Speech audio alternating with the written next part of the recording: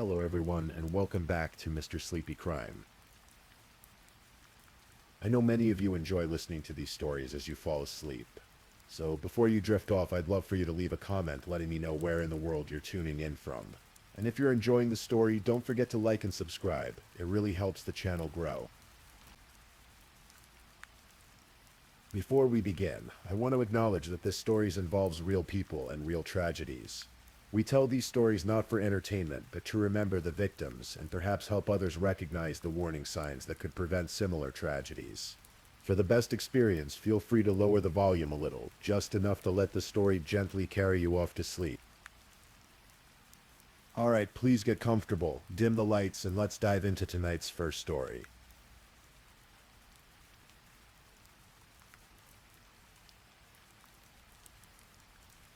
Tonight, we're exploring a case that unfolded in the peaceful suburbs of Aurora, Colorado. A story of betrayal, deception, and a life cut tragically short. So get comfortable, and let me tell you about Angela Craig.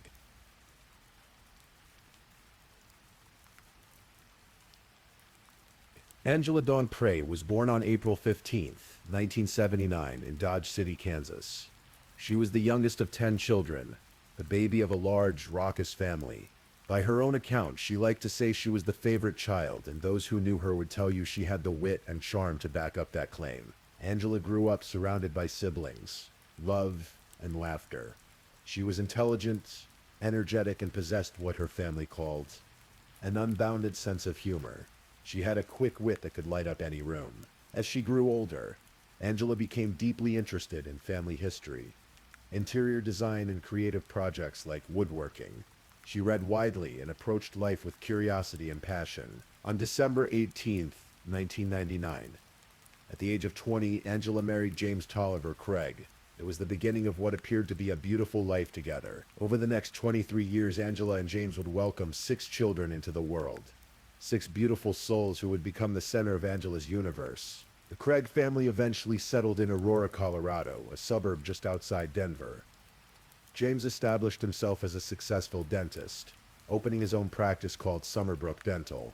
Angela worked alongside him as one of the office managers, helping to build their family business. Their lives seemed idyllic from the outside.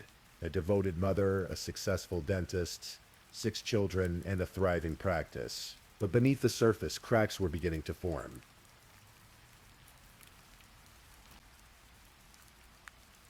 Those who knew Angela described her as a devoted mother first and foremost. Her eldest daughter would later testify that Angela was her best friend, that they spoke nearly every day. Angela loved nothing more than being a mom, and by all accounts, she was exceptionally good at it. She was active in the Church of Jesus Christ of Latter-day Saints, taking on various roles including choir director, teacher, and youth organization leader. Eventually, she found her calling as a family history consultant. Angela was the kind of person who showed up to weddings, funerals, graduations, baptisms, birthday celebrations. She made sure to always be where she was needed. Her brother, Mark Prey, described her as outgoing, dynamic, generous, kind, loving, and sarcastic. Her sister, Toni Kofade, called her smart, funny, confident, and in control. Angela was not a risk taker. She was not someone who would endanger herself or abandon her responsibilities. She was the one who brought things back into proper direction when life got chaotic. Angela loved animals. She'd recently gotten into using her stationary bike, staying active despite the demands of raising 6 children. She had plans for the future. Big plan. Her second eldest daughter testified that in the weeks before her death, Angela had been talking about moving, about new beginnings. But there was something Angela's family and friends didn't fully know about: the strain in her marriage. James Craig had been unfaithful to Angela for most of their 23-year marriage. It wasn't just one affair. It was a pattern of behavior that stretched across decades.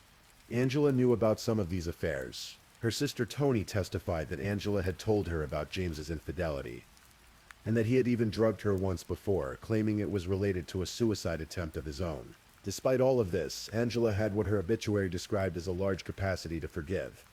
Time and again, she chose to stay, to try to repair the marriage, to keep the family together for the sake of their children. In December 2022, James had brought up the possibility of divorce. Text messages between the couple showed Angela was devastated, but she was willing to work on the marriage. What Angela didn't know was that James was about to meet someone new. In late February 2023, James Craig attended a dental conference in Las Vegas. It was there, while waiting for a shuttle to a conference dinner, that he struck up a conversation with Dr. Karen Kane, an orthodontist from Texas. Karen was going through a divorce herself, ending a marriage that had lasted almost 30 years. She wasn't looking for love, but she found James Craig charming. He seemed honest and vulnerable, sharing information about his children and telling her that he too was going through a divorce. According to Karen's later testimony, they met on a Thursday evening and talked until 4 in the morning. The next day, they spent most of the day together. James told her he and Angela were no longer living together, that he had his own apartment, that the divorce was well underway. None of this was true. Over the next 3 weeks, James and Karen exchanged approximately 4,000 text messages. The messages started sweet and quickly became intense. James wrote things like, "I know I can be all right without you, but Karen, I don't want to be. And the problem is that I might be completely in love with you after 3 days, and that's nuts." He wrote to her in Spanish, "Sueña conmigo, my eternal love. May heaven let us bloom together forever." Karen was swept up in what felt like a genuine connection. She had no idea that James was lying about nearly everything. She had no idea that while he was texting her expressions of love, he was searching the internet for ways to kill someone undetected. On February 27th, 2023, the same day James created a new email account to communicate with Kieran. He made several troubling internet searches from a computer in an exam room at his dental practice. At 2:34 in the afternoon, he searched, "Is there such thing as an undetectable poison?" Less than an hour later, at 3:20, he searched, "How to make poison from oleander." 1 minute after that, "Buy arsenic, Aurora, Colorado." Over the next several days, the searches continued. How many grams of pure arsenic will kill a human? Is arsenic detectable in an autopsy? Top 5 undetectable poisons that show no signs of foul play. James Craig was planning something terrible. On February 23rd, he ordered arsenic online. The package was delivered to his home on March 4th. March 6th, 2023, began like many other mornings for the Craig family. Angela and James had a routine. They would work out together, and James would make Angela a protein shake as part of their morning ritual. But that morning, something was different. At 7:31 a.m., Angela sent James a text message. It read simply, "I feel drugged." James responded, "Given our history, I know that must be triggering." Angela texted her sister Tony, telling her that her head felt weird, and her body was sluggish. She was seeing spots. Her blood sugar was high, even though she'd been exercising and hadn't eaten anything. She couldn't understand what was happening to her. The next day, March 7th, Angela told Tony she was stuffy and seeing spots, and still didn't know what was causing her symptoms. By March 9th, she texted, "I'm dizzy and tired, and my muscles don't want to work today." She'd had a protein shake and other liquids that morning, trying to help herself feel better. Angela's symptoms worsened. She began feeling dizzy, experiencing severe headaches, vomiting, and fainting. On March 9th, she was taken to an urgent care clinic, where she was examined and released. The doctors couldn't find anything definitively wrong with her. By March 10th, Angela's condition had deteriorated so much that she needed to go to the emergency room. She was admitted to the hospital for the first time. Doctors ran tests, trying to figure out what was making this otherwise healthy, active 43-year-old woman so severely ill. Angela underwent a battery of tests: blood work, imaging, consultations with specialists. No one could pinpoint the cause of her mysterious illness. After a day, she was released, still without answers. Angela was frustrated. She wanted to know what was wrong so she could get back home to her children, back to her normal life. But the illness wasn't over. 3 days later, Angela was back at the hospital. This time, she was admitted for a longer stay, 6 days in total. The medical staff continued to search for answers. Angela's symptoms included dizziness, vomiting, fainting, severe headaches, and a general feeling of being drugged. During this hospital stay, Angela told her brother Mark that she felt like she was shaking on the inside but not shaking on the outside. She was exhausted, confused, and increasingly desperate for answers. Medical records showed that at no point did Angela express suicidal thoughts or ideation. She wanted to figure out what was wrong so she could get better. There was a moment during this hospitalization when Angela's symptoms became so severe that she had to crawl across the floor to call for help because she couldn't stand up on her own. While Angela lay in a hospital bed fighting for her life, James Craig was texting Karen Kane. He sent her photos of Angela in the hospital, writing words like crashed and intubated. And Doc says she's very, very worried. He told Karen that Angela's condition had worsened so much that medical staff had to resuscitate her. And yet James Craig assured Karen that he could really use her support. He convinced her to fly to Colorado to visit him while his wife was dying in the hospital. On March 13th, while Angela was still hospitalized during her second admission, a package arrived at Summerbrook Dental, James Craig's dental office. James had told his office manager that he would be receiving a personal package and specifically instructed the staff not to open it, but someone did. When the office manager went to close the box back up, she saw something that made her blood run cold. The words potassium cyanide printed on the label. But why would a dentist need potassium cyanide? The office manager was deeply concerned. She knew Angela was in the hospital with a mysterious illness. The coincidence was too troubling to ignore. James Craig, when questioned about the package, claimed he needed the cyanide for his dental surgeries. But dental professionals would later testify that potassium cyanide has no legitimate use in modern dentistry. There was no medical reason for him to have ordered it. What made the situation even more suspicious was the way James had ordered the chemical. He'd used a personal email address, the same email address he'd created to communicate with Karen Kane. He'd ordered it to be delivered to his office, but told staff it was personal and not to open it. After 6 days, Angela was discharged from the hospital on March 14th, 2023. She still had no answers about what was making her so sick. Once home, Angela could walk on her own, but the drive from the hospital seemed to exhaust her completely. Within an hour of being home, Angela was back on her computer, searching online for possible causes of her symptoms. She was determined to figure out what was wrong with her, but she wouldn't get much time to search. The next day, March 15th, Angela's condition took a catastrophic turn. Her brother Mark, who had traveled from Utah with his wife Renee to help with the Craig children during Angela's illness, witnessed what happened next. James Craig had given Mark and Renee a prescription bottle labeled with an antibiotic called clindamycin. He told them that Angela needed to take it for a sinus infection. The bottle showed it had been prescribed by James Craig himself. What Mark and Renee didn't know was that James had allegedly emptied the antibiotic capsules and filled them with cyanide. Mark gave his sister the pills, trusting his brother-in-law completely. "We trusted Jim," Mark would later testify, his voice heavy with the weight of that betrayal. Not long after taking the medication, Angela began struggling to hold herself up. She was rushed to the University of Colorado Hospital and admitted for the final time. About 3 hours after arriving, Angela had a severe seizure and suffered an unexplained rapid medical decline. She was placed on a ventilator in the intensive care unit. Medical staff worked frantically to save her, but they were fighting an enemy they couldn't see. Hospital security footage would later show James Craig entering Angela's hospital room with something in his hand, a syringe. Prosecutors would argue that this was the moment James delivered the final fatal dose of poison to his dying wife. He allegedly used that syringe to inject cyanide directly into Angela's IV line while she lay helpless in the hospital bed. By this time, the nurse who had been treating Angela had been contacted by someone from Summerbrook Dental about the suspicious potassium cyanide delivery. The nurse immediately contacted the Aurora Police Department. Even as Angela lay on life support, police assigned a homicide detective to investigate her case.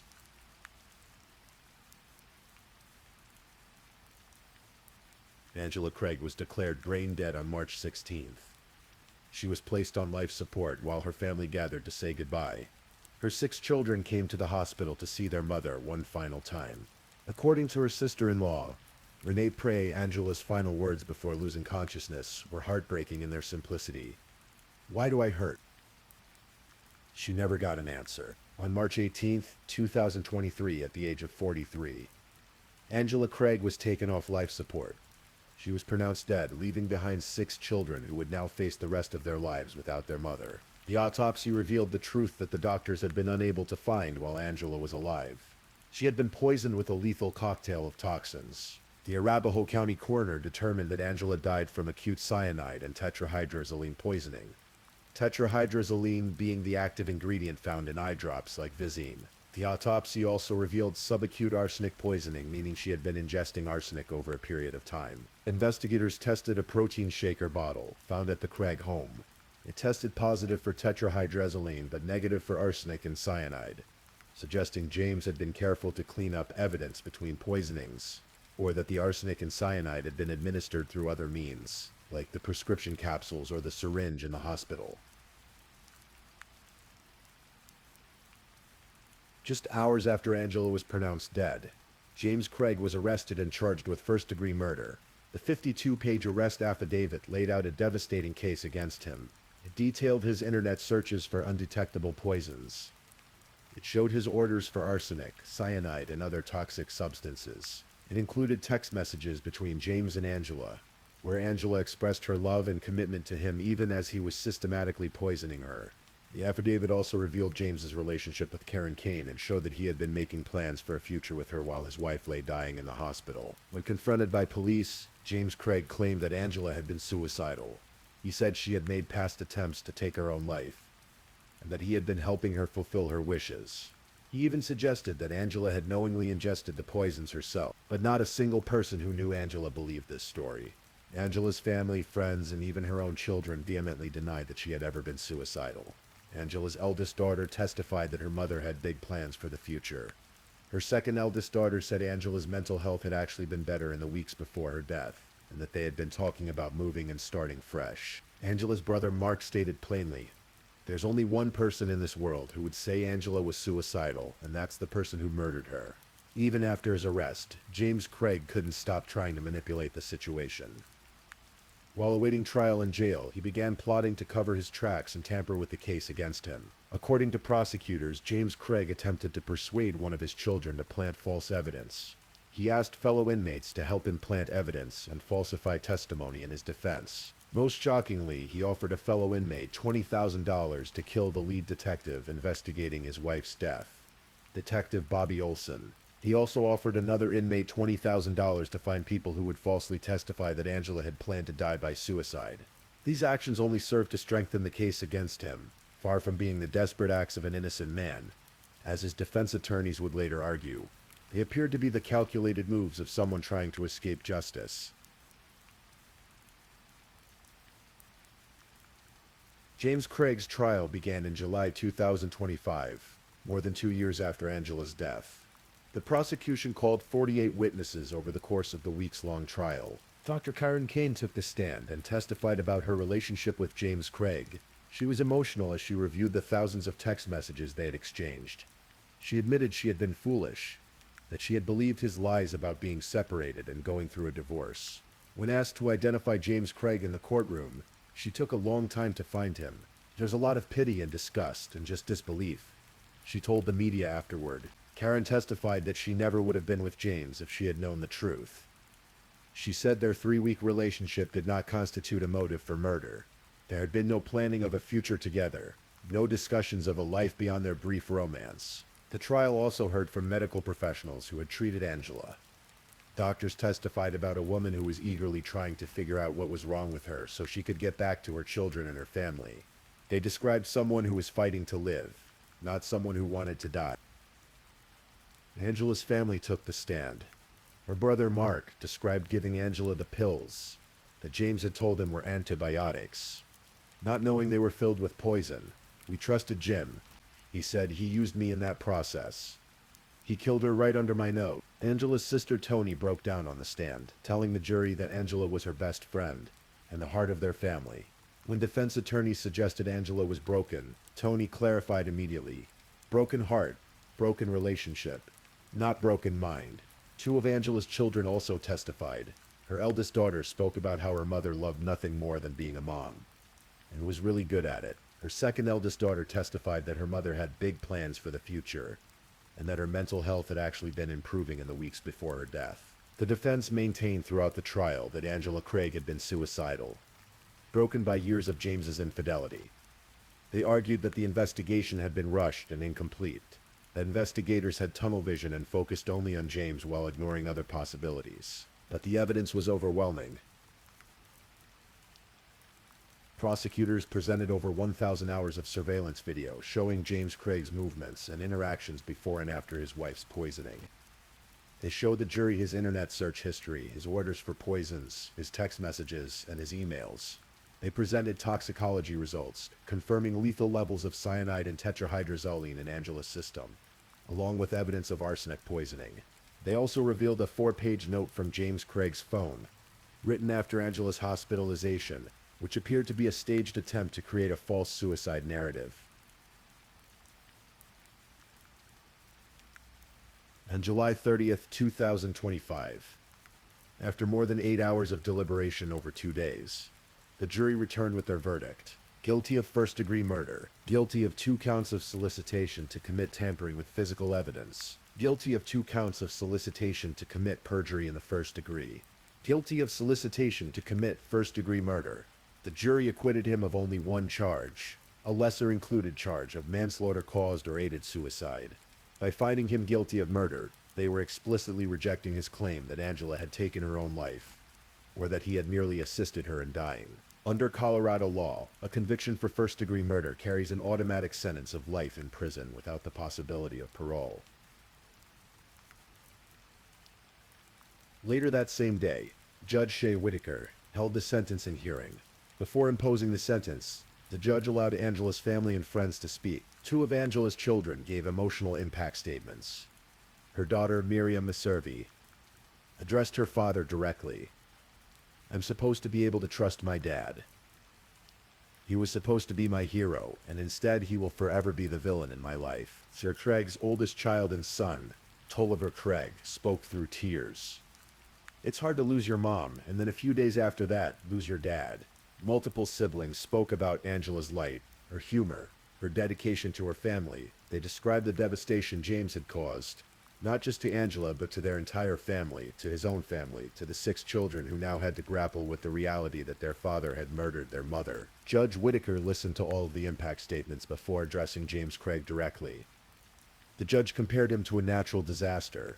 Dr. Craig unleashed a path of destruction as wide as a tornado and just as devastating. Damage to his children, damage to Angela's family, damage to his own family. None of the individuals that are here in the courtroom before the court today will ever be the same. Throughout the proceedings, James Craig showed little emotion. He wept only twice during the sentencing, once during general statements and once when his son spoke. Neither Craig nor his attorneys spoke before the judge imposed the sentence. James Craig was sentenced to life in prison without the possibility of parole for the murder. The judge also gave him the maximum sentence on each of the other charges, totaling an additional 33 years in prison. District Attorney Amy Padden spoke to the media after the sentencing. She described the case as one of calculated cruelty. Angela suffered many days of unexplained illness while the defendant knowingly administered poison, all while portraying himself as a concerned husband. This was a premeditated and callous crime driven by greed, deception, and betrayal. Deputy District Attorney Osama Maghrebi added, "Angela was a devoted mother and a woman of kindness, strength, and grace. She trusted the man she married. She believed in their future together, and yet, while she cared for their children and worked to hold her family together, her husband was indiscriminately plotting her death." For Karen Kane, the aftermath was also difficult. She had to face public scrutiny and blame, even though she had been deceived just as thoroughly as Angela had been. She received hate mail. Her dental practice suffered. She described feeling a special kind of feeling alone as she weathered the storm of judgment and betrayal. When you're being run through the gauntlet and getting steamrolled by the world, that doesn't feel just like being alone, she said. That feels lonely and just unsupported. She testified that she now approaches relationships much more cautiously, though she's tried hard not to become cynical. The experience had changed her forever. Angela's family asked that she be remembered, not as a victim, but as the vibrant, loving person she was. Angela Craig was a daughter, a sister, a friend, and above all, a mother. She was intelligent, energetic, funny, kind, and forgiving. She had a quick wit and an unbounded sense of humor. She loved woodworking, interior design, and family history. She was deeply involved in her church community. She showed up for people always. Her son said that his mom loved a lot of things, but she didn't have time for them all. She had 6 children instead, he said. Those 6 children, whose names have been kept private to protect them, now face the rest of their lives without their mother. They've lost both parents, one to murder, one to prison. They carry the unbearable knowledge that their father is responsible for their mother's death. At Angela's funeral, family and friends gathered to celebrate her life. Her obituary captured her spirit. Angela made every moment with her unforgettable. Besides her unbounded sense of humor and quick wit, Angela was intelligent and energetic, and used her gifts to elevate those around her, especially her children. She had a large capacity to forgive, was willing to help both friends and strangers, and she was fiercely dedicated to her family. After her children, the obituary noted, Angela's faith in Jesus Christ was her most important treasure. Angela's most endearing trait, her family said, was showing up to everything. And even in death, that's what she's still doing. She's showing up in the memories of those who loved her, in the strength her children carry forward, in the fight for justice that her siblings waged on her behalf. The case of Angela Craig is a reminder that evil can hide behind the most ordinary facades. James Craig was a successful dentist, a father of 6, an active member of his church community. To the outside world, he appeared to be living the American dream. But behind closed doors, he was a man consumed by selfishness and deceit. He poisoned the woman who had stood by him through decades of infidelity. He poisoned the mother of his children. He did it slowly, methodically, watching her suffer as doctors scrambled to find answers. And when she was at her most vulnerable, lying in a hospital bed fighting for her life, he delivered the final blow. Angela Craig's final words were, "Why do I hurt?" She deserved an answer. She deserved the truth. She deserved to live. Instead, she became a cautionary tale about trust, about the evil that can lurk within those we love most, about the importance of paying attention to our instincts when something doesn't feel right. The lead detective, the medical professionals who fought to save Angela, the family members who sought justice, and the jury who saw through James Craig's lies. They all ensured that Angela's death would not go unanswered. James Craig will spend the rest of his life behind bars, with no possibility of parole. He will never again be able to harm anyone. He will never again be able to manipulate, deceive, or poison. And Angela Craig, though her life was cut tragically short, will be remembered not as a victim, but as a devoted mother, a loving sister, a faithful friend, and a woman who, even in the face of unimaginable betrayal, never stopped fighting to get back to the people she loved most. Her 6 children. If this is your first time listening to one of our true crime stories, welcome to Mr. Sleepy Crime, where we explore these cases in a calm and respectful way. I also want to take a moment to appreciate my amazing subscribers who've been rocking with me. Thank you so much for your continued support. If you're still awake and listening, don't forget to drop a comment. Let me know where you're tuning in from and the current time in your corner of the world. Or just say something to let me know you're still here. And if you haven't already, be sure to like this video and subscribe so you don't miss our next true crime stories for sleep. Now let's move on to our second story.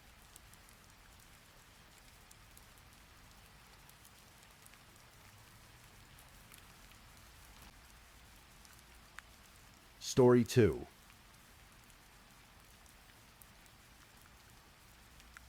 Tonight's story is one of heartbreak and secrets, of a young life that vanished into the California mountains, leaving behind only questions and a family forever changed.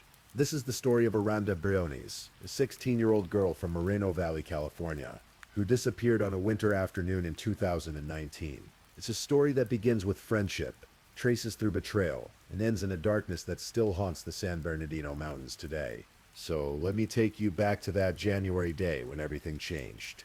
This is a story told slowly, carefully, with respect for those who loved Aranda and continue to search for answers. In the sprawling suburbs of Moreno Valley, about an hour east of Los Angeles, lived a 16-year-old girl named Aranda Isabel Briones. She had brown hair that caught the California sun, hazel green eyes that shifted in the light, and a small distinctive mark on her chin that made her smile uniquely hers. She wore her nose pierced in the septum, a small act of teenage independence. Miranda's life had not been an easy one. Her parents were largely absent from her world, and so from the age of 3 she had been raised by her grandfather, Carl Horscott, in his home on Via Vargas Drive. Carl and his wife Jeannie had opened their hearts to this little girl, giving her the stability her young life needed. They had been married for 44 years when Jeannie passed away, unexpectedly just 2 years before Miranda's disappearance. The loss devastated the family, leaving Carl to navigate his grief while raising a teenage granddaughter alone. Despite the challenges in her life, Miranda was described by those who knew her as full of life. Someone who cared deeply about everyone around her. She worked at the Moreno Valley Mall, where she was about to be promoted to a leadership role, a testament to her dedication and the trust others placed in her. Her uncle Matthew would later say there was a hole in his heart from her absence. She was constantly in touch with her friends, always on social media, always connected. This was a generation that documented everything, that shared their lives in snapshots and status updates. Miranda had multiple Instagram accounts, one dedicated to makeup that showcased her creative side. She and her friends were in contact constantly, their phones a lifeline to each other's worlds. But like many teenagers navigating the complicated social landscape of high school, Miranda sometimes found herself drawn to friendships that concerned her family. Her uncle Matthew would later admit, with the painful honesty that comes after tragedy, that she didn't always make the best choice in friends. But then again, he would say everybody makes mistakes.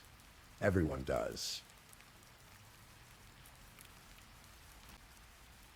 To understand what happened to Miranda, we must go back to a November morning in 2017, more than a year before she vanished. It was the 7th of November, and Miranda was a student at Moreno Valley High School, running with a group of friends that included an 18-year-old boy named Owen Skylar Shover. That morning, instead of going to class, Miranda and several friends decided to skip school and hang out at Community Park. It was the kind of small rebellion that teenagers have engaged in forever, seeking freedom in a stolen morning, away from the structure of school. Among them was Owen, and he had brought something dangerous to their gathering, a small caliber handgun tucked into his waist. The morning might have passed unremarkably, just another day of truancy, except that a sheriff's school resource officer happened to be looking for students who were skipping class. When the officer spotted the group in the park and began approaching them, someone shouted a warning. The teenagers scattered in different directions, fear overriding any sense they might have had. Owen, suddenly aware of the weapon he was carrying, made a split-second decision. He tossed the gun to Miranda and yelled for her to hide it. Miranda, frightened and not knowing what else to do, threw the handgun into a nearby drainage canal. But the officer had seen her. He detained her, and later when school administrators questioned her, Miranda told them the truth. The gun hadn't been hers. Owen Shover had given it to her. She had simply panicked and tried to get rid of it. The consequences came down in February of 2018, when the local school board met to decide the fate of both students. In what must have felt like a terrible irony to Miranda, she and Owen were both expelled from Moreno Valley High School. She had tried to help him, had acted on instinct when he threw her his weapon, and now she was paying the same price he was. Miranda enrolled in a nearby continuation school, staying close to her grandfather and the life she knew in Moreno Valley. Owen, however, moved away. He relocated to his father's home in Hesperia, about 50 miles north in San Bernardino County, and enrolled in a continuation school there. For a time they lost touch. Miranda didn't talk about Owen anymore. Her life moved on without him. But Owen had not moved on. According to prosecutors who would later piece together his state of mind, he was incensed about his expulsion, and in his anger, he came to see Miranda's honesty as a betrayal. She had told the truth about whose gun it was, and in his mind that made her responsible for his punishment, for the disruption of his life, for everything that followed. For over a year, this resentment festered, and during that time from November of 2018 through January of 2019, Owen began having conversations on Snapchat, on Facebook, on various social media platforms. He was trying to purchase a firearm. Eventually, he succeeded in obtaining one. On the 12th of January, 2019, Miranda received a text message from Owen Shover.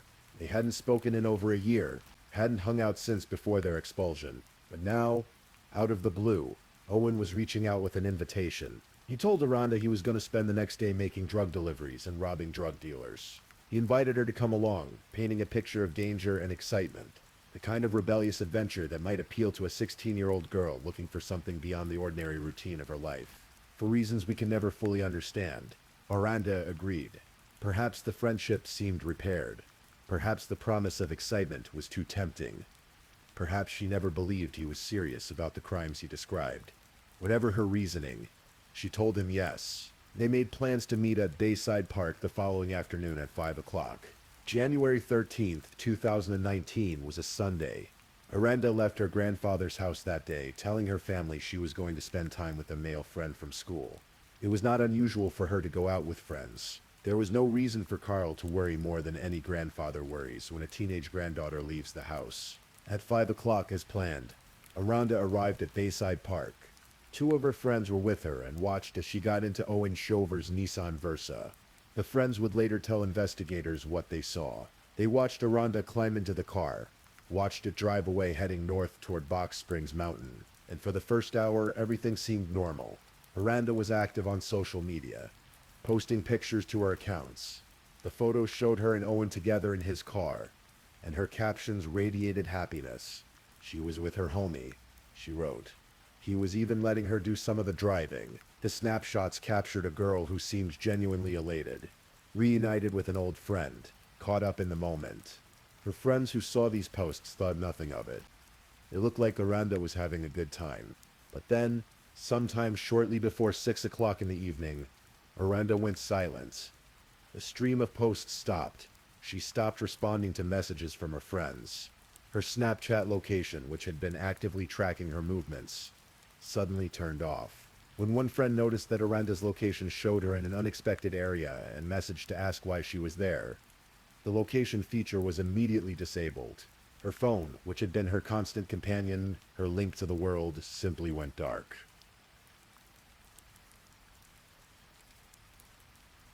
While Aranda's digital presence vanished, Owen Shover's phone remained active, and investigators would later track its movements through cell tower pings. Around 6 o'clock, Owen's vehicle began heading towards San Bernardino County, traveling north from where he had picked up Aranda, and then he sent a message to his older brother, Gary Anthony Shover, who was 21 years old at the time. The message was chilling in its casual preparation. Be ready for tonight.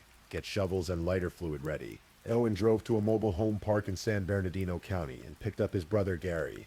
Then with both brothers in the car, they began driving higher into the San Bernardino Mountains, taking state routes 138 and 18, roads that wind through increasingly remote terrain. At approximately 8:30 that evening, Owen Shover turned off his cell phone. For the next hour and 45 minutes, his phone remained off, leaving no digital trail, no cell tower pings to track their movements. This was the dark space in the timeline, the gap where something terrible happened in those mountains. Whatever occurred during those missing hours, only the Shover brothers truly know. But investigators would later discover evidence that painted a grim picture. When Owen's phone finally turned back on at 10:15 p.m., he was back at his father's house on Grevelea Street in Hesperia. Aranda was not with him.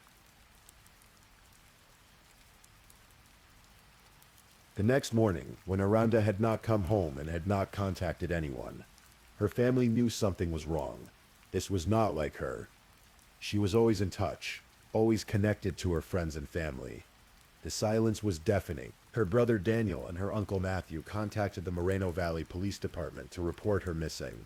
The family told police that Aranda had been dropped off at Moreno Valley Community Park, near Frederick and Cottonwood, around 6 or 6:30 p.m., based on what they had been told. They mentioned that a friend named Owen had claimed to be the last person to see her, said he had dropped her off at the park and seen her get into a gray four-door sedan. But when investigators pulled footage from surveillance cameras at the park, something didn't match up.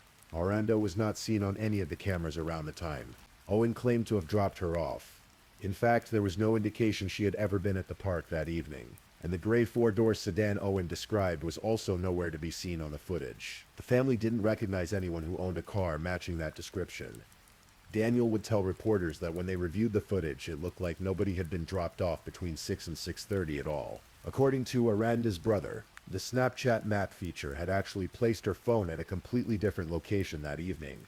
not at the park where Owen said he had left her. The investigation moved quickly. The Moreno Valley police began working the case immediately. And within days, the FBI had joined the search. Human trafficking investigators were brought in, considering every possible explanation for a missing teenage girl. The family organized search parties. They printed flyers with Aranda's picture and description. 5'4", 110 pounds, brown hair, hazel green eyes, nose piercing, a unique mark on her chin. Last seen wearing a white and blue jacket, dark jeans, and a dark shirt. About 200 people gathered at Moreno Valley Community Park for a vigil. They held candles and prayed and remembered a girl who was full of life.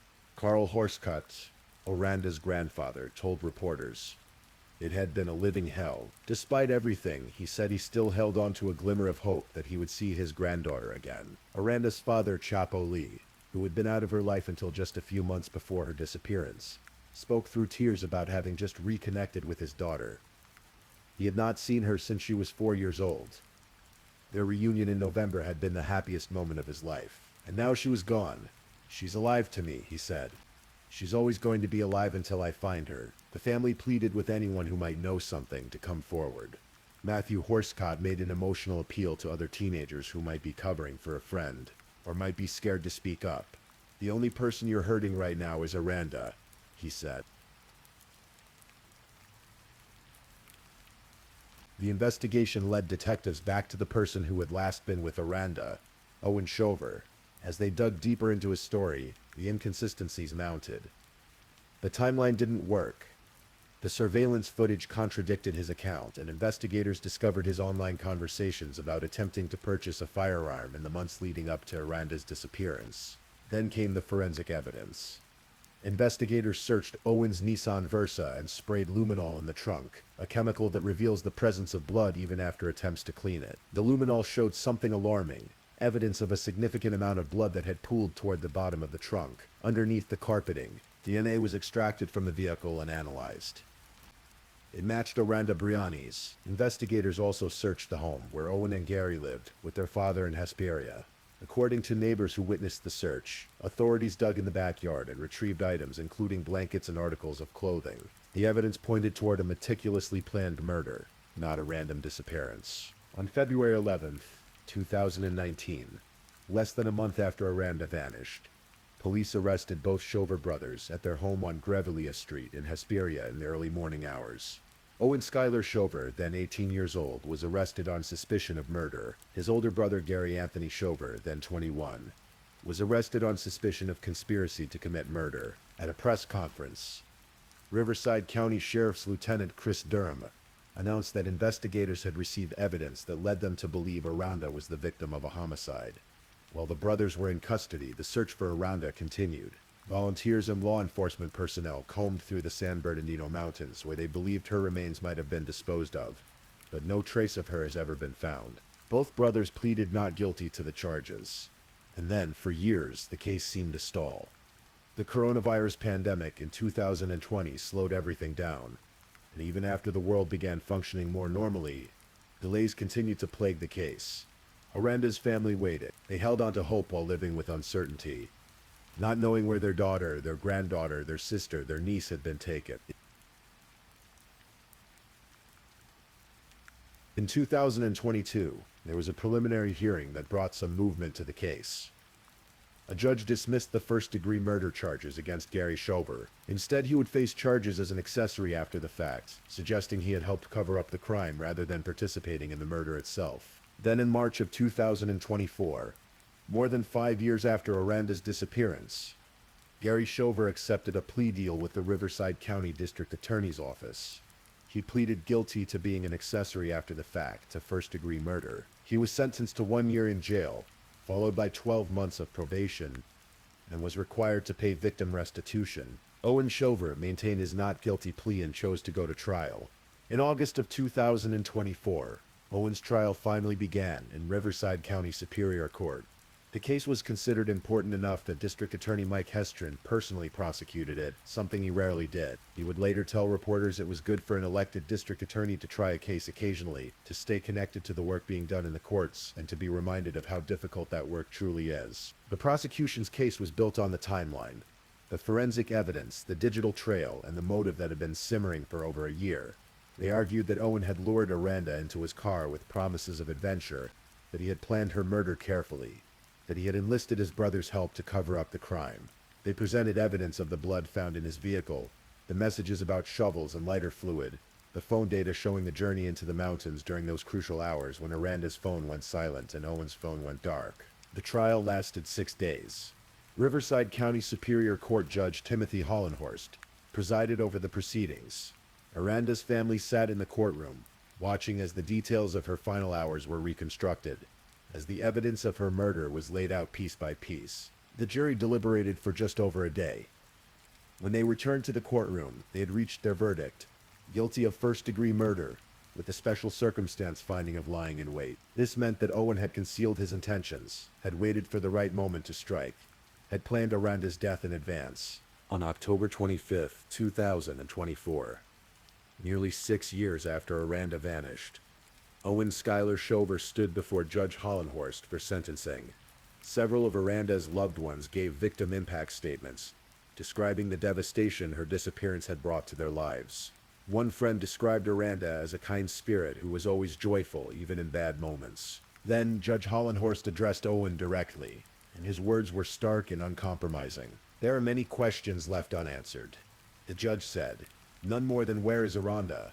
He looked at the young man before him and continued, "Mr. Shower, from what I can tell about you, it appears that you are not capable of feeling remorse, so I do not intend to lecture you on how devastating your actions were in this case. However, there is no question in this court's mind that you are the face of pure evil."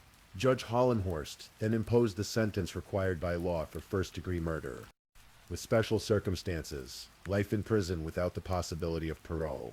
Owen Shover, who had just turned 23 years old, would spend the rest of his life behind bars. District Attorney Hestron spoke to the press after the sentencing.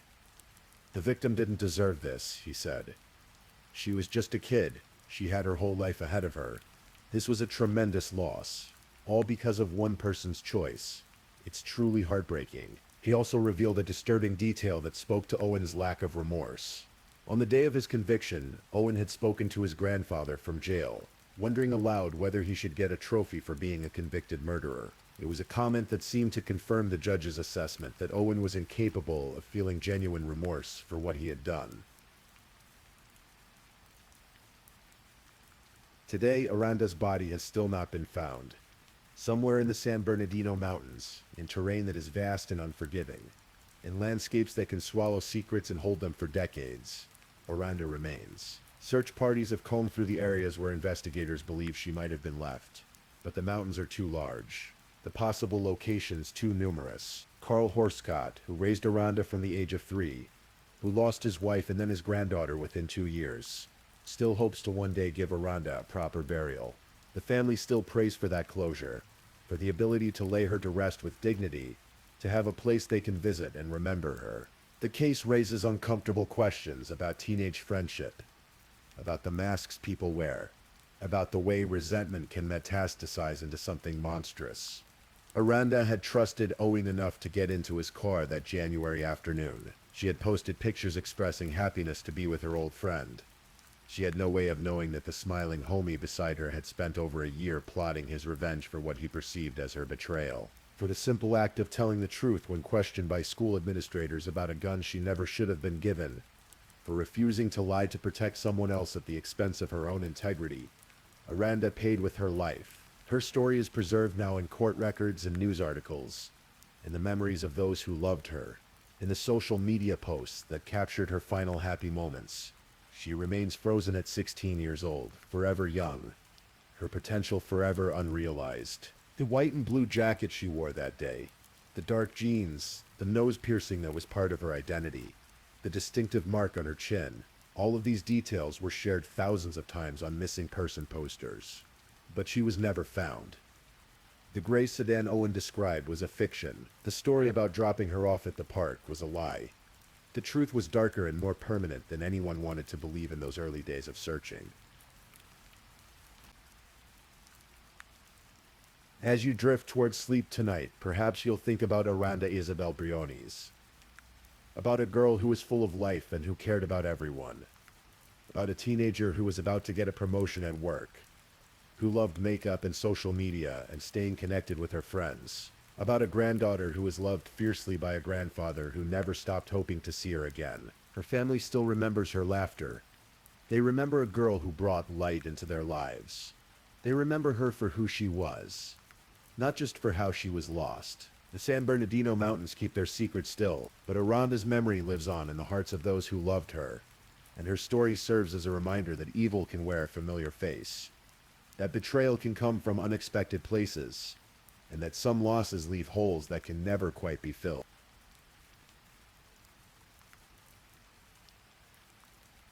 If you're still awake and listening, check whether you've left your little goodnight comment.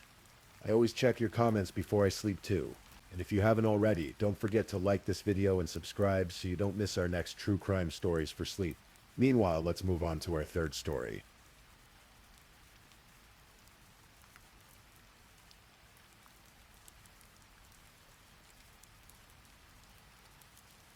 Story 3.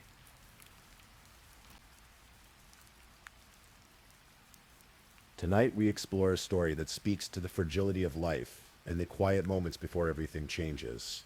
This is a case from Orlando, Florida, a place known for its magic and wonder, but where, in the spring of 2018, a young woman's dreams were tragically cut short. Let's walk through this story together, slowly and carefully, honoring the life of 23-year-old Vanessa Coakley. Orlando, Florida, a city of theme parks and perpetual sunshine where tourists flock and dreams are manufactured daily. But for those who live there, it's simply home. In the Taft neighborhood, on East Cypress Street, lived the Coakley family. They were close-knit, the kind of family that gathered for Sunday dinners, celebrated holidays together, and supported one another through life's challenges. Vanessa Jessica Coakley was their eldest daughter. At 23 years old, she embodied everything her parents had hoped for. She had a smile that could light up a room. Her instructors at Southern Technical College would later say she was the kind of student who never missed class, who showed up early, who stayed late to help others understand difficult concepts. Vanessa had recently made the president's list at Southern Technical College. It was a prestigious honor reserved for students who maintained exceptional grades while managing rigorous coursework. She was studying to become a medical assistant, drawn to the idea of helping people, of making a difference in their lives during vulnerable moments. Her professors spoke of her energy, her dedication, the way she approached every assignment with genuine enthusiasm. But Vanessa wasn't just focused on her studies. She had recently landed a job at Disney. Not just any job, but one she was genuinely excited about. For someone living in Orlando, working for Disney meant something special. It meant being part of something larger than yourself, bringing joy to families from around the world. Her family noticed how she talked about this new opportunity, the pride in her voice, the plans she was already making. Her neighbors in the Taft neighborhood knew her well. They would see her often, coming and going from the family home, always friendly, always quick with a wave or a greeting. During the holidays, the Coakley family was known for their elaborate Christmas light displays. They were that family on the block, the ones who brought joy to the neighborhood, who opened their home for gatherings. Vanessa's life seemed to be unfolding exactly as it should. She had her education on track, a new job she loved, a family that adored her, and friends from school and work who valued her presence. But beneath the surface of this seemingly perfect trajectory, there was a complication, a relationship that had ended, but hadn't quite released its grip. A man who couldn't accept that their time together was over. His name was Christian Ruben Valentin Penci. Christian Valentin Penci was 32 years old, 9 years older than Vanessa. They had dated for about 2 years. Their relationship characterized by its instability. It was what people call an on-again, off-again relationship. The kind where the same problems resurface repeatedly, where breakups happen and reconciliations follow, only to cycle back to conflict. They had broken up in 2017. Vanessa had her reasons. According to court documents, she suspected Christian of being unfaithful. Trust, once broken, is difficult to rebuild, and Vanessa had decided she was done trying. She was young, with her whole life ahead of her. She was building something for herself, and she didn't need the drama and heartache that the relationship brought. But Christian couldn't let go. Even after the breakup, he tried to rekindle what they'd had. He wanted her back. Her family would later tell investigators that Christian was actively trying to resume the relationship. But Vanessa had made her position clear. She wasn't interested. She had moved on, at least in her mind and heart. She was focused on her future, on her studies, on her new job. Christian, meanwhile, was struggling. His brother would later tell police that Christian had been dealing with depression. He was going through a difficult custody battle with his ex-wife over their children. It was the kind of situation that drains you emotionally and financially, that makes you feel like you're losing control of your life. And then in late March of 2018, Christian lost his job. He had been working as a van driver for a company called Omicron Granite on John Young Parkway. According to court documents, he was fired for multiple reasons: poor performance, failing to show up for work, and suspected theft. Investigators would later discover he had been stealing floor polishers from the company and pawning them. It was a desperate act, the kind born of financial pressure and poor judgment. So here was Christian Valentin Penchi in late March 2018. Jobless, depressed, fighting with his ex-wife over custody, and rejected by the woman he still wanted to be with. It was a perfect storm of personal crisis. And when people are in crisis, when they feel like everything is slipping away, they sometimes make choices that are unthinkable in calmer moments. Christian lived at the Sand Lake Courtyard condominiums, also known as the Heritage Hotel. It was a former motel converted into apartments, located at 7900 South Orange Blossom Trail. His unit was number 1101. It was here, in this modest apartment, that the tragedy would unfold. Saturday, March 31st, 2018. It was Easter weekend, a time of celebration and renewal. The Coakley family had plans for their Easter dinner the next day. It would be a typical gathering for them, full of food and laughter and togetherness. Vanessa was looking forward to it. That evening, around 8 o'clock, Vanessa told her parents she was going out for a bit. She said she'd be back in a few hours. She left the house wearing a red and white striped dress, carrying a black and brown bag. But there was something telling about what she didn't take with her: her uniform for the Disney training session scheduled for the next day. This detail would later strike investigators as significant. If Vanessa had planned to stay out overnight, surely she would have taken the uniform she needed for her first day of training. No, she had every intention of coming back home that night. Her parents watched her leave. It was just another Saturday evening. Nothing unusual, nothing that would have raised alarm. How could they know it would be the last time they'd see their daughter alive? Vanessa went to Christian's apartment. We don't know exactly what brought her there. Perhaps he had contacted her asking to talk. Perhaps there were belongings she needed to retrieve. Perhaps she thought she could make things clear to him one final time, that their relationship was truly over. Whatever the reason, she went to apartment 1101 at the Sand Lake Courtyard condominiums. Between 9 and 10 o'clock that evening, Vanessa's family tried calling her. The phone rang, but she didn't answer. They tried again. Still nothing. This wasn't like her, but it was still early. Maybe she was driving, or her phone was on silent. They'd hear from her soon, they thought, at some point before midnight. According to phone records, Vanessa's phone stopped broadcasting its location. The phone that she lived on, as her family would later describe it to detectives, went dark. It was as if she had vanished into thin air, but Vanessa hadn't vanished. She was still in apartment 1101, and something terrible had happened there. According to Christian's later confession and court documents, there was an argument that night. The details of what sparked it may never be fully known, but what is known is that the argument took place in Christian's bathroom, and at some point during that confrontation, Christian retrieved a .380 caliber handgun. The weapon discharged. Vanessa suffered a gunshot wound to her head. The young woman who had been so full of life and promise, who had smiled at her professors just days before, who had been excited about her new job at Disney, was gone. In an instant, in that cramped bathroom, her future was erased. Christian would later claim, during his sentencing, that he didn't intend to harm her. He would say he was under the influence of drugs that night, that it wasn't me who committed this act. But intent or not, Vanessa Coakley lay dead in his bathroom, and Christian now faced a choice about what to do next. Christian Valentin Penci did not call for help. He did not call 911. He did not alert Vanessa's family. Instead, he left her body in his bathroom and began making other plans. Sunday, April 1st, arrived. Easter Sunday. The Coakley family had their dinner planned. But Vanessa never came home. She missed the Easter celebration, something completely out of character for her. She was supposed to start her training at Disney that morning, but she never showed up. The uniform still sat at her parents' house, unworn. Her family was worried, but not yet panicked.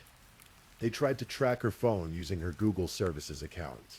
The technology that we carry with us everywhere, the devices that know where we are at all times, can be a blessing in moments like this. The phone's last known location appeared on their screen, 7900 South Orange Blossom Trail. Christian's address. At first, this information was almost reassuring. They knew Vanessa and Christian had dated. Even though they'd broken up, maybe she'd gone to see him. Maybe her phone had died. Maybe she'd stayed over and hadn't realized how late it had got. These thoughts went through their minds. The kind of hopeful explanations families grasp at when someone they love doesn't come home. But Monday came, and still no word from Vanessa.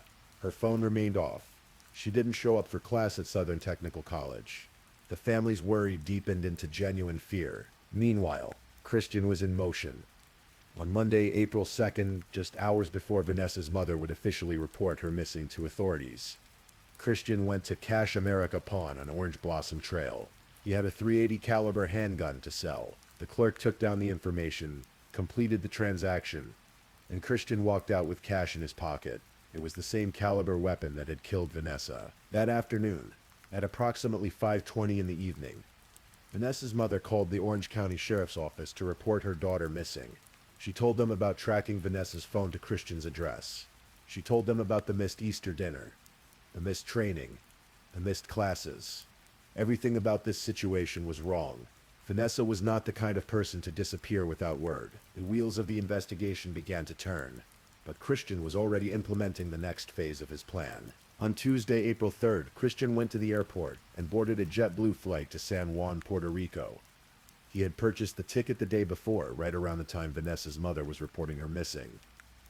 He told no one about this trip, not his family, not his friends, not his brother. He simply got on a plane and left the country, leaving Vanessa's body behind in his locked apartment. Wednesday, April 4th. 36 hours after Christian had boarded his flight to Puerto Rico, Vanessa's family found her car. It was parked at a Panda Express restaurant near Southern Technical College, not far from Christian's apartment. Her black Nissan Versa sat there in the parking lot, abandoned. The family notified the Orange County Sheriff's Office immediately. Deputies arrived to process the vehicle. What they found painted a clearer picture of Vanessa's intentions that night. In the back seat was her backpack, filled with her school books. She had been planning to study in the trunk. They found her purse and her credit cards. Everything she would need for her daily life was still in that car. She hadn't run away, she hadn't left of her own accord. Something had prevented her from ever reaching that vehicle. That same day, Christian's brother called the police. He wanted to report Christian missing. He told investigators he hadn't heard from his brother in days, and was worried. Christian had been depressed, he explained. The custody battle was wearing him down. He'd lost his job. The brother feared something might have happened to Christian. The investigators now had multiple missing persons reports, but they were starting to understand these cases were connected. A woman missing, her ex-boyfriend also missing, her phone last pinged at his address, her car found near his home, and no one had heard from either of them in days. On Thursday, April 5th, the pieces fell into place for investigators. They learned that Christian had boarded a flight to Puerto Rico. He hadn't told anyone. He had simply fled the country right after Vanessa was reported missing. The same day he pawned that handgun, the timeline was becoming clearer and more damning. Late that evening, the judge signed a search warrant for Christian's apartment. Deputies from the Orange County Sheriff's Office prepared to enter Unit 1101 at the Sand Lake Courtyard condominiums. Early on Friday morning, April 6th, they executed the warrant. They entered the apartment and began their search. In the bathroom, they made the discovery they had feared but expected. Vanessa Cuckley's body, she had been there for 6 days. The young woman who should have been attending classes, working at her new job, having dinner with her family, lay lifeless in that small bathroom. The investigation was now a homicide case. The medical examiner would confirm the cause of death.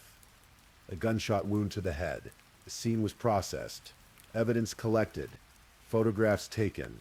Every detail documented. And somewhere in Puerto Rico, Christian Valentin Penci was either unaware that his apartment had been searched, or knew it was only a matter of time before he was found.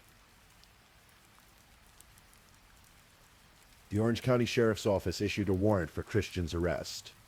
First-degree murder. They coordinated with authorities in Puerto Rico. Christian's photograph was distributed. Be on the lookout for this man, 32 years old. Wanted for murder. On Saturday, April 7th, Puerto Rican authorities located Christian. He was arrested without incident and taken into custody on the murder warrant. He was also charged with grand theft in an unrelated case. The stolen floor polishers from his former workplace catching up with him. The extradition process began. Christian was transported back to Orlando, back to Orange County, where he would face justice for what he had done. On Thursday night, April 12th, he was booked into the Orange County Jail. His mugshot was taken, his fingerprints recorded, his belongings cataloged. He was placed in a cell to await trial. The evidence against him was substantial. Vanessa's body found in his apartment. His flight from the country immediately after her disappearance. The pawned gun. The timeline that showed him buying a plane ticket and selling a weapon while Vanessa's family searched desperately for her. No jury would have difficulty connecting these dots. Perhaps Christian knew this. Perhaps his attorney counseled him on the strength of the prosecution's case. Or perhaps after months in custody, the weight of what he had done became too much to deny. On Tuesday, January 29th, 2019, nearly 10 months after Vanessa's murder, Christian Valentin Penci stood before a judge. He was now 33 years old. Assistant State Attorney Will J. addressed the court, outlining the evidence, the confession, the plea agreement. Christian Valentin Penci pleaded guilty, not to first-degree murder, but to second-degree murder. It's a legal distinction that matters greatly in terms of sentencing. First-degree murder requires premeditation, planning, intent. Second-degree murder acknowledges that the killing was intentional, but perhaps not planned in advance. It was a compromise, the kind that happens in courtrooms every day. The prosecution gets a guaranteed conviction without the time and expense of a trial. The defendant avoids the harshest possible sentence. Christian admitted to killing Vanessa. He confessed that they had argued in his bathroom. He confessed to shooting her. The details of that confession remain sealed in court documents, the specifics known only to the attorneys, the judge, and Christian himself. His sentencing was scheduled for Friday, April 12th, 2019, exactly 1 year and 6 days after Vanessa's body had been discovered. 1 year and 12 days after she had died. The courtroom was full on that Friday in April. Vanessa's family was there, of course. They had waited a year for this moment. A year of grief, of anger, of emptiness where Vanessa should have been. Her mother prepared a statement. How do you put into words what it means to lose a child to violence? How do you make someone understand the magnitude of that loss? Christian was led into the courtroom. The judge presided. The formal proceedings of sentencing began. Before the sentence was handed down, Vanessa's mother stood to address the court and the man who had killed her daughter. As Vanessa's mother, she said, "You will never understand what you have done by taking my firstborn." The words hung in the air. Firstborn. All the hopes and dreams that parents invest in their children, multiplied in that first child. The person who made you a parent, who changed everything about your life, who you watched grow from infant to toddler to child to young woman, gone, murdered by someone she had once cared for. Then Christian was given the opportunity to speak. Some defendants remained silent. Some maintained their innocence even after pleading guilty. Christian chose to speak. "I want to say to the victim's family, I'm sorry. I'm deeply sorry," he said. His voice, recorded in court transcripts, continued. "It wasn't me. It was something out of the ordinary. I was under the influence of drugs and that wasn't me. That night, and I'm deeply sorry." It was an apology wrapped in excuses. The drugs made me do it. It wasn't really me.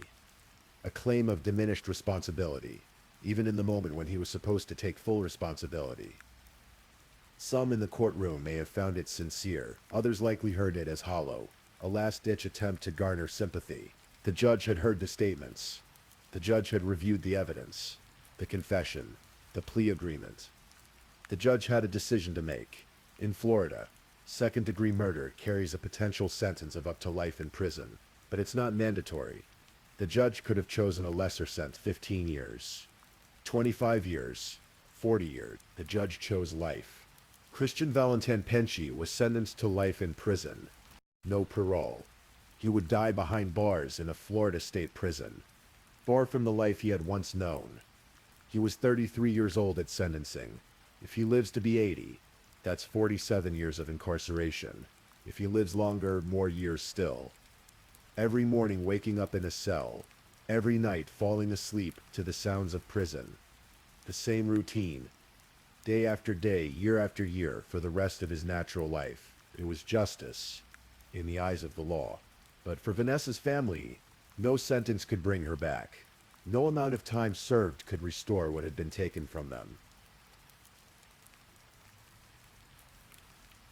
Today, Christian Valentin Penci remains in a Florida state prison. He is a number in the system, one among thousands of inmates serving out their sentences. His name appears in databases of Florida prisoners. His case file sits in archives. Occasionally, true crime researchers like us come across his story, and through it, learn about Vanessa. But Vanessa Coakley should not be remembered solely as a victim. That's not who she was. That was only her final moments, not her entire existence. Vanessa was a student who made the president's list.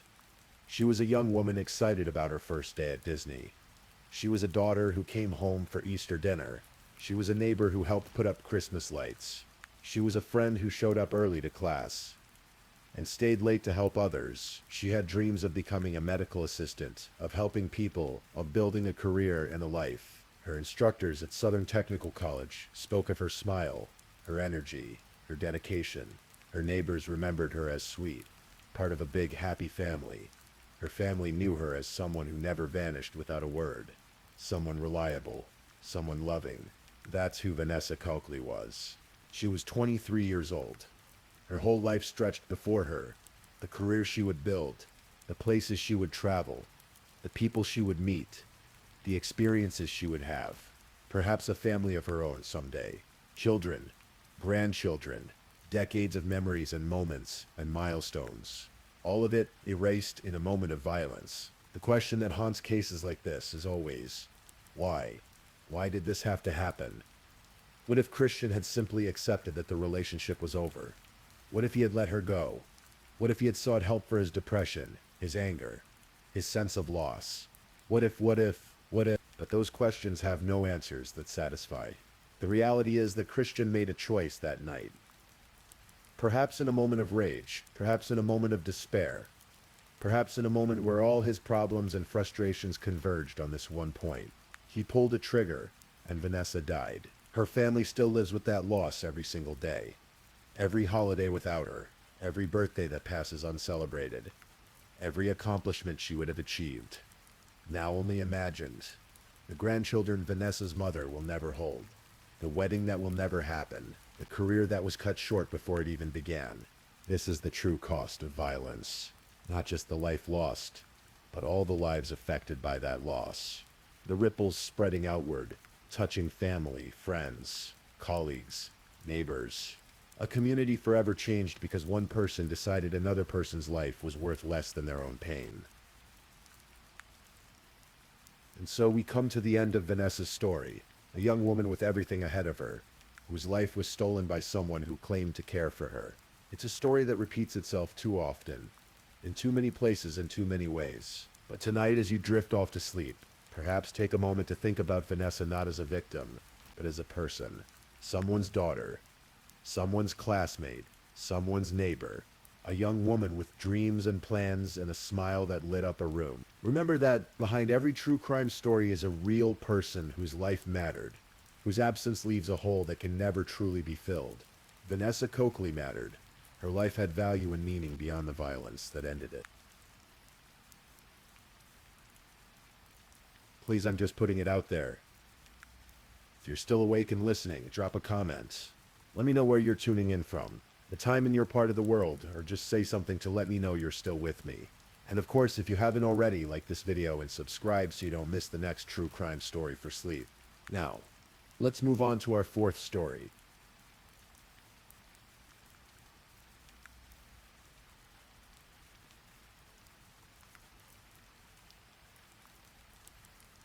Story 4. Tonight we're going to explore a story from Philadelphia, a case that unfolded slowly over many months, revealing truths that were buried in the New Jersey Painlands. This is a story about a young mother, a dangerous relationship, and a family's relentless search for answers. This is the story of Teneki Daniels. In the early 2000s, South Philadelphia was a neighborhood of row houses and tight-knit communities, where families had known each other for generations. The streets were lined with corner stores and familiar faces. Among those faces was a 27-year-old woman named Teneki Daniels. Teneki was a mother of 3 young boys. Yazim, her eldest, was 12 years old. Damon was 10, and little Yamin was only 3. Like many mothers in the neighborhood, Teneki's days revolved around her children. She stayed in close contact with her own mother, Gail Daniels, who lived nearby in the Grays Ferry section of the city. The bond between mother and daughter was strong. They spoke regularly, and Gail knew her daughter's routines, her habits, her voice. Teneki had struggled with some difficulties in her life. She had dealt with substance abuse issues in the past, something that had led to occasional brushes with the law. In 2004, she had been arrested for shoplifting in Lower Merion Township, a suburban area just outside Philadelphia. These were the kinds of troubles that many people face when trying to navigate difficult circumstances. But through it all, Teneki remained devoted to her children. Her family knew that no matter what challenges she faced, she would never simply disappear from her boys' lives. Yet there was another presence in Tanika's life, one that would prove far more dangerous than any personal struggle she faced. His name was Glenn Hansen. Glenn Hansen was in his 40s, nearly 20 years older than Teneki. He worked as a maintenance man at a high-rise apartment building in the Overbrook section of Philadelphia, in the 1100 block of North 63rd Street. Sometimes Teneki stayed with him there, other times she stayed with her mother. The relationship was complicated, tumultuous, marked by a pattern that would become all too clear. Glenn Hansen had a criminal history. In 1993, he had been convicted of rape in Bucks County and served time in prison. After his release, he remained on the radar of law enforcement. In early 2005, he was on probation, following a drunk driving arrest. These were not simply mistakes from a distant past. They formed a pattern of behavior that spoke to something darker in Hansen's character. But it was his relationship with Teneki that would reveal the true depths of his capacity for violence. Take another slow breath. Let your muscles relax.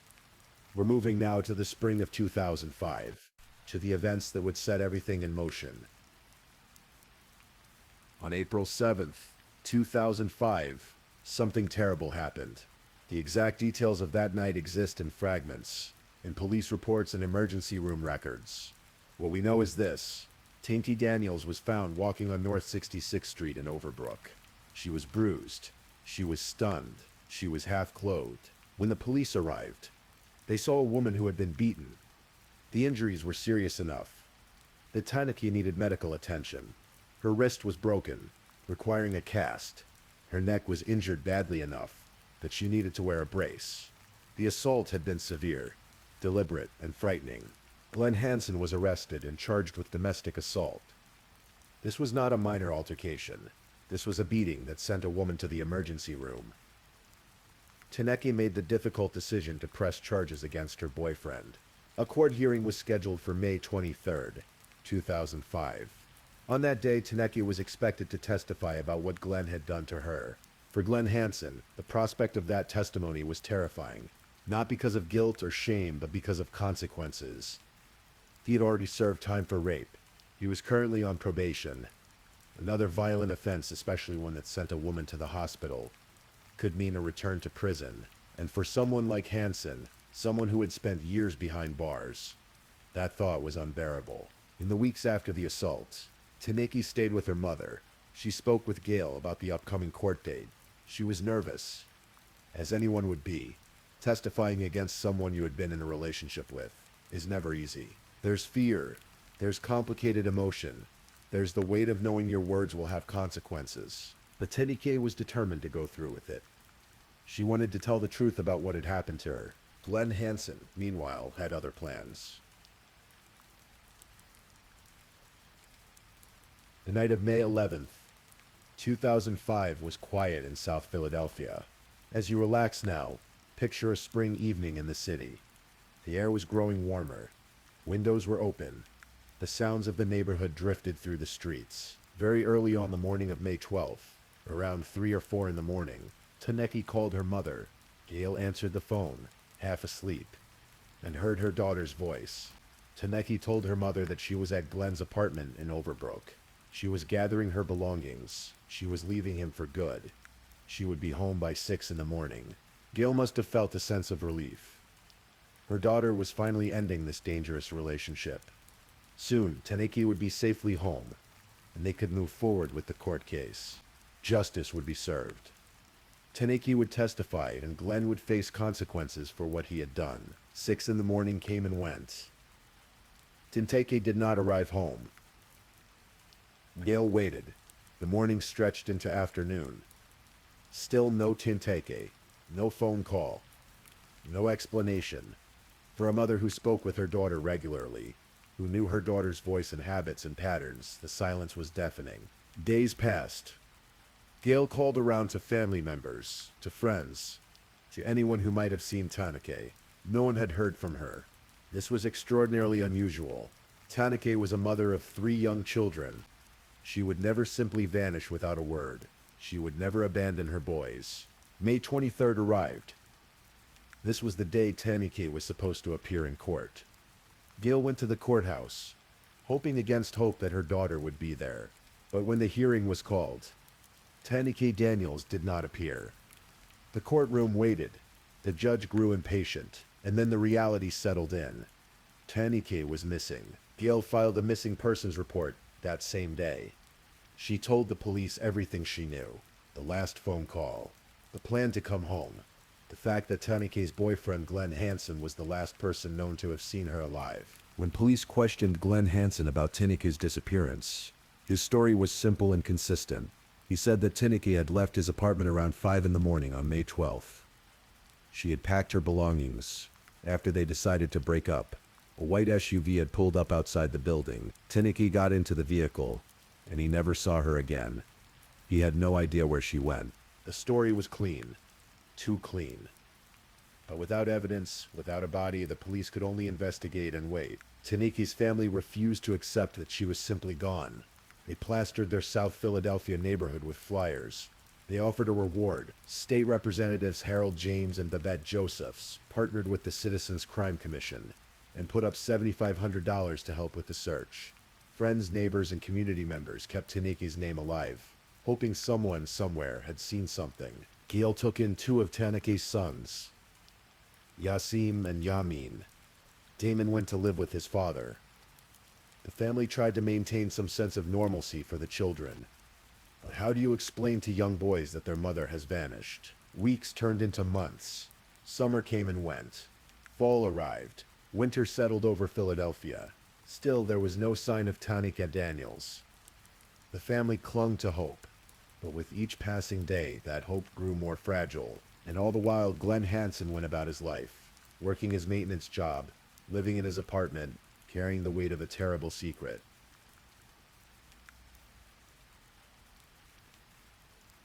New Jersey Pine Barrens, also known as the Pinelands, stretch across more than 1 million acres of coastal plain. It's a vast wilderness of pine and oak forests, cranberry bogs, and sandy soil. The area is remote, beautiful, and largely untouched. The Brendan T. Burns State Forest sits within this expanse, a place where nature exists in quiet isolation. On April 24th, 2006, nearly a year after Taneki's disappearance, a hunter was moving through the woods in Woodland Township. Burlington County. The spring air should have been fresh and clean, but the hunter noticed something unusual. A powerful odor, the smell of death. Experienced outdoorsmen know that smell. It's unmistakable. But this seemed too strong to be a deer carcass or some other animal that had died in the brush. The hunter began looking around more carefully, and then he saw it, disturbed ground. A patch of earth that looked unnatural, tarp protruding from the soil. Pine cones scattered deliberately across the surface, as if someone had tried to camouflage the area. And there, partially exposed, were human bones. The hunter immediately called the police. New Jersey State Police arrived at the scene, along with investigators from Burlington County. What they found was a shallow grave containing a body that had been buried for a long time. The remains were wrapped tightly in painter's tarp and sealed with duct tape at both ends. A plastic Walmart bag covered the head.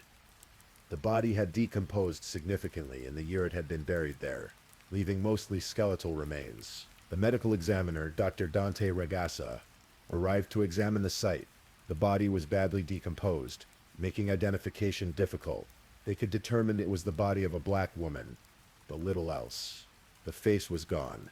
Soft tissue had largely disappeared. There were no obvious signs of trauma that might indicate cause of death. Though Ragassa initially noted asphyxiation as a possible cause based on the positioning in the plastic bag. But there was one crucial detail that would make all the difference.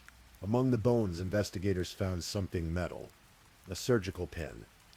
The kind of pin that doctors use to repair broken bones.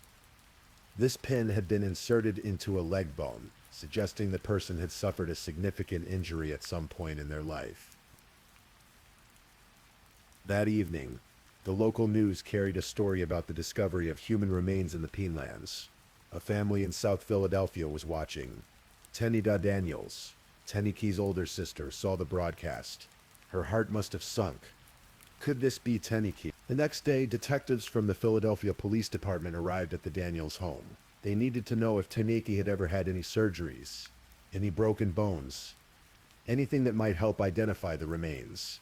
Gail told them about the car accident months before Teniki disappeared. She had been in an automobile accident that left her with multiple injuries. Her nose had been broken. Her ankle had been shattered. Doctors had inserted metal pins to hold the bone together while it healed. The investigators contacted the hospital where Teniki had been treated. They obtained her medical records. The description of the pin matched exactly the pin found with the remains in the Pinelands.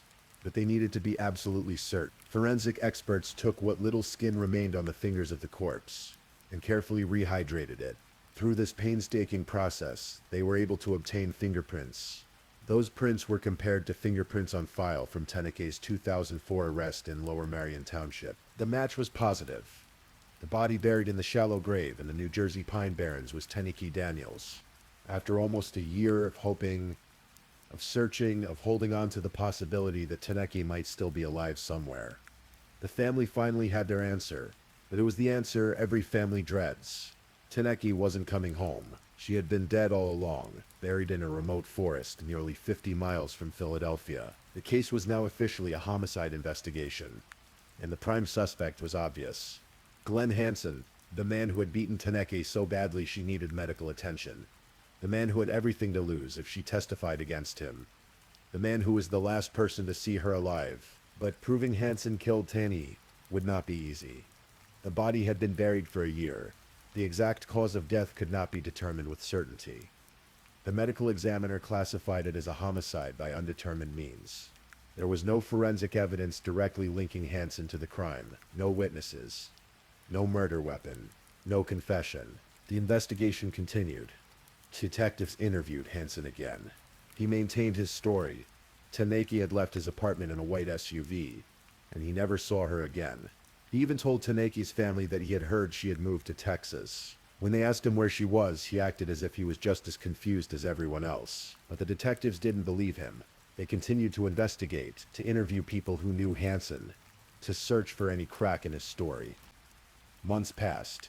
The case seemed to be going cold. And then finally, someone came forward with information that would change everything. Kelly Hansen was Glenn Hansen's younger sister. She was 41 years old, living her own life, but still connected to her older brother in the complicated way that families often are. Glenn had always been domineering, controlling. Throughout their lives, Kelly had learned to be careful around him. He had even assaulted her in the past, an incident that had landed him in legal trouble. After Taniki's body was discovered, Kelly found herself in a terrible position. She knew something that had been weighing on her for over a year, something that her brother had told her in confidence, something that made her afraid. In October 2006, Kelly wrote a letter to a friend. In that letter, she described what her brother had told her about Taniki's death. She gave the letter to her friend for safekeeping, perhaps as insurance, perhaps as evidence of the truth in case something happened to her, because Kelly was terrified that if she told the police what she knew, she might end up in a shallow grave herself. Eventually, the weight became too much to bear. Kelly contacted the authorities. She told them she needed to talk about her brother. She told them what Glenn had confided in her. According to Kelly, Glenn had called her on or around May 12th, 2005. He was panicked. He said he needed her help. He said something terrible had happened. Kelly went to his apartment, and there, her brother told her what he had done. He said he had killed Tanike. He said he had placed a pillow over her face and pressed down while she screamed and kicked. He held it there until she stopped moving, until she stopped breathing, until she was dead. He killed her because he couldn't let her testify against him. He couldn't go back to prison. But the horror didn't end there. According to Kelly's statement, Glenn told her that after Taneke was dead, he had violated her body. And then he wrapped her in painter's tarp, sealed it with duct tape, and prepared to dispose of her remains. He asked Kelly to help him. He asked her to come with him to bury the body. And Kelly, terrified of what her brother might do to her if she refused, agreed. Kelly described 2 trips to the Pine Barrens with her brother. The first was in the spring of 2005, shortly after Taneki's death. Glenn drove them to a remote area in the Brendan T. Burns State Forest. Kelly watched as he buried Taneke in a shallow grave. He covered the grave with pine cones, trying to camouflage it, trying to mask the scent of decomposition. The second trip was later that summer. Glenn said he needed to check on the grave. He was worried that the smell might attract animals. He wanted to put more pine cones on the site to make sure it remained hidden. Kelly accompanied him again. She remembered him standing at the grave site, crying out to the woods, saying, "I'm sorry. I love you." When Kelly first spoke to detectives in 2006, she did not tell them this version of events. At that initial interview, conducted with her brother, waiting in an adjacent room at his attorney's office, Kelly said that Glenn had told her Taneke died of a drug overdose. She said Glenn panicked because he was afraid of going to prison due to his open criminal cases, and so he decided to hide the body instead of calling the police. This was the version Kelly told when she was too afraid to tell the whole truth. But in subsequent interviews with New Jersey State Police detectives, Kelly changed her story. She told them what really happened. She described the murder, the burial, the trips to the grave, and she could prove she was telling the truth. She knew exactly where the grave was located. She led detectives directly to the remote spot in the Pine Barrens where Taneke's body had been found. Kelly also provided another piece of critical evidence, a tape recording. In 2006, Glenn had called his sister and left a threatening voicemail message. On the tape, his voice was menacing. He told her, "You need to shut the fuck about what you know about this case." He was trying to intimidate her into silence, trying to ensure she would never reveal what he had told her. But Kelly did reveal it. And in exchange for her testimony, prosecutors granted her immunity from prosecution. She would not be charged as an accessory to the crime. Instead, she would become the star witness in the case against her brother. It took years for the case to come to trial. Glenn Hansen was arrested on November 2nd, 2006, and charged with first-degree murder and abuse of a corpse. But the legal process moved slowly. Pre-trial motions, evidence gathering, witness preparation, all of this took time. It wasn't until May 2011, 6 years after Taneke was last seen, that the trial finally began in Philadelphia Common Pleas Court. Judge Shelley Robbins knew presided over the proceedings. Assistant District Attorney Gail Fairman led the prosecution. Glenn Hansen was represented by defense attorneys Timothy J. Tarpey and Michael P. Parkinson. The jury consisted of 7 men and 5 women, ordinary citizens tasked with determining whether Glenn Hansen was a murderer. The courtroom was tense from the first day. Gail Daniels, Taneki's mother, sat in the gallery every single day of the 5-day trial. She had waited 6 years for this moment. She had endured 6 years of grief, of not knowing, and then of knowing the worst possible truth. Now she would hear every detail, every piece of evidence, every argument about how her daughter died. The key to the prosecution's case was Kelly Hansen's testimony. When Kelly took the stand, she was visibly nervous. Her voice was quiet, sometimes barely audible. She paused for long periods before answering questions, sometimes as long as 30 seconds. She squeezed her eyes shut as if trying to block out terrible images. When prosecutors asked if there was some reason she was so nervous, Kelly said, "My brother. All the intimidation." Judge New allowed the prosecution to play the recording of Glenn's threatening phone message. The jury heard his voice, cold and menacing, ordering his sister to keep quiet. The impact was significant. Kelly then read aloud the letter she had written in October 2006, the letter she had given to a friend for safekeeping. In a quiet but clear voice, she described everything her brother had told her: the smothering, the desecration of Taneki's body, the burial, the return trips to the grave, the words he had cried out to the forest. She also testified about the intimidation she had faced from her brother. Her fear that she might end up like Taneke, but always in the back of my brain, I think, what if Kelly ends up the same way as Taneke? She had written. The defense team argued that Kelly was lying. They contended that her first statement that Taneke died of an overdose and Glenn panicked was the true version. They suggested that Kelly changed her story because she was afraid of being charged as an accomplice. They argued that the medical examiner's initial finding of asphyxiation had pressured investigators to believe Kelly's second version because it fit what they wanted to believe. The defense called their own medical expert, Dr. Ian Hood, a former chief medical examiner from Philadelphia, testified that he disagreed with some aspects of the original autopsy. He said that smothering would not cause a neck bone to break, and he believed the broken vertebra was from Taneki's earlier car accident. He also noted there was no evidence of drugs in what remained of the body. But Dr. Hood also testified that he believed Taneke had been murdered.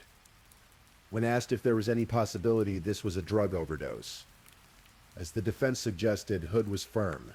"Absolutely a murder," he said. He pointed out that overdose victims are not typically wrapped carefully in tarp and buried with such secrecy. "I've seen hundreds of drug dumps," Hood testified. "Usually they are simply left in place." The prosecution also presented evidence from a New Jersey State Police detective named Brian Hoare. Hoare testified about a seemingly minor detail that proved significant: a traffic accident on May 15th, 2005, just 3 days after Taneke's disappearance. Glenn Hansen was involved in a minor fender bender on Route 532 in Burlington County, New Jersey. The accident was near the entrance to Byrne State Forest, where Taneke's body would later be found. The date and location corresponded exactly with one of the dates Kelly said she accompanied her brother to the grave. This detail corroborated Kelly's testimony in a way that was difficult to dismiss. If Kelly was making everything up, how would she know about a minor traffic accident on a specific date near the burial site? Glenn Hansen did not testify in his own defense.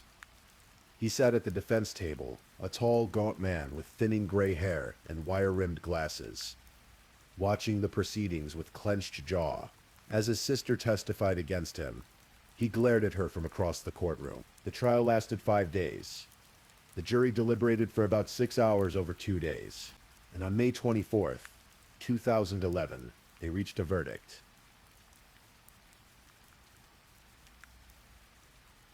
When the jury filed back into the courtroom, Glenn Hansen's face showed a slight smile. Perhaps he believed the defense had succeeded in creating reasonable doubt. Perhaps he thought his sister's testimony wouldn't be enough.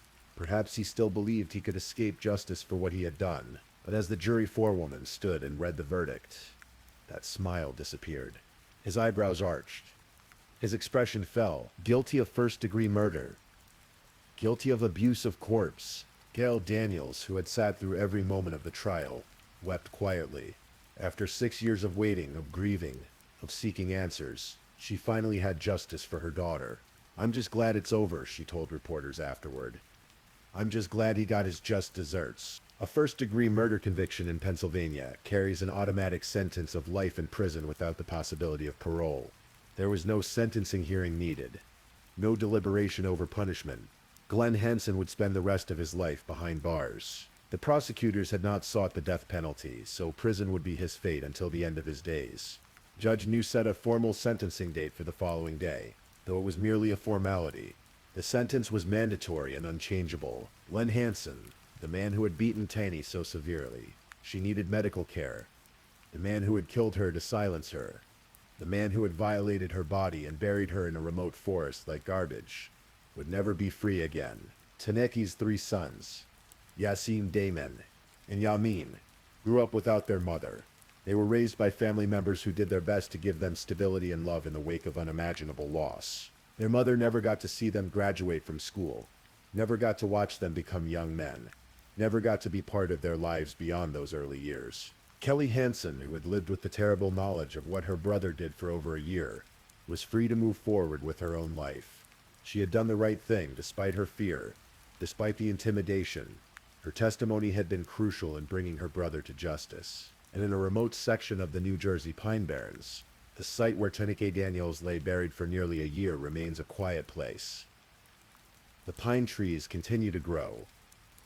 The sandy soil continues to shift with the seasons. The forest has reclaimed the area, leaving no visible trace of the tragedy that occurred there. But Taneke is not forgotten. Her family remembers her. Her community remembers her.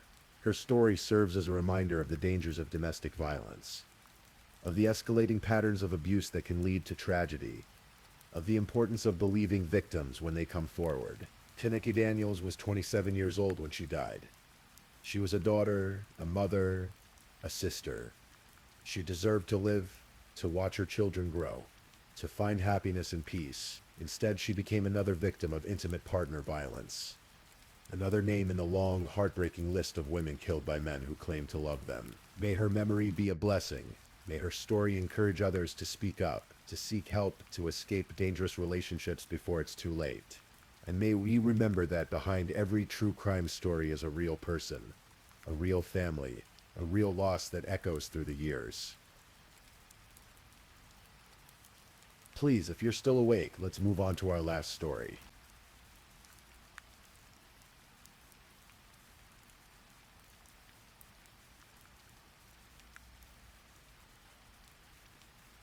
Story 5.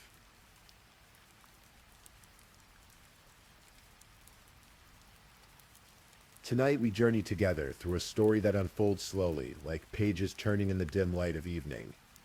This is a tale of lives intersecting in the coastal town of Bournemouth, where the sea meets the cliffs and where darkness can hide beneath the most ordinary surfaces.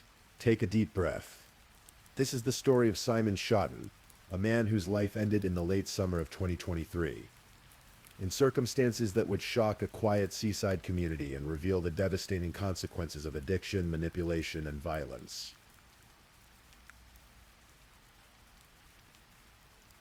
Simon Shotton was 49 years old when his story came to its tragic end.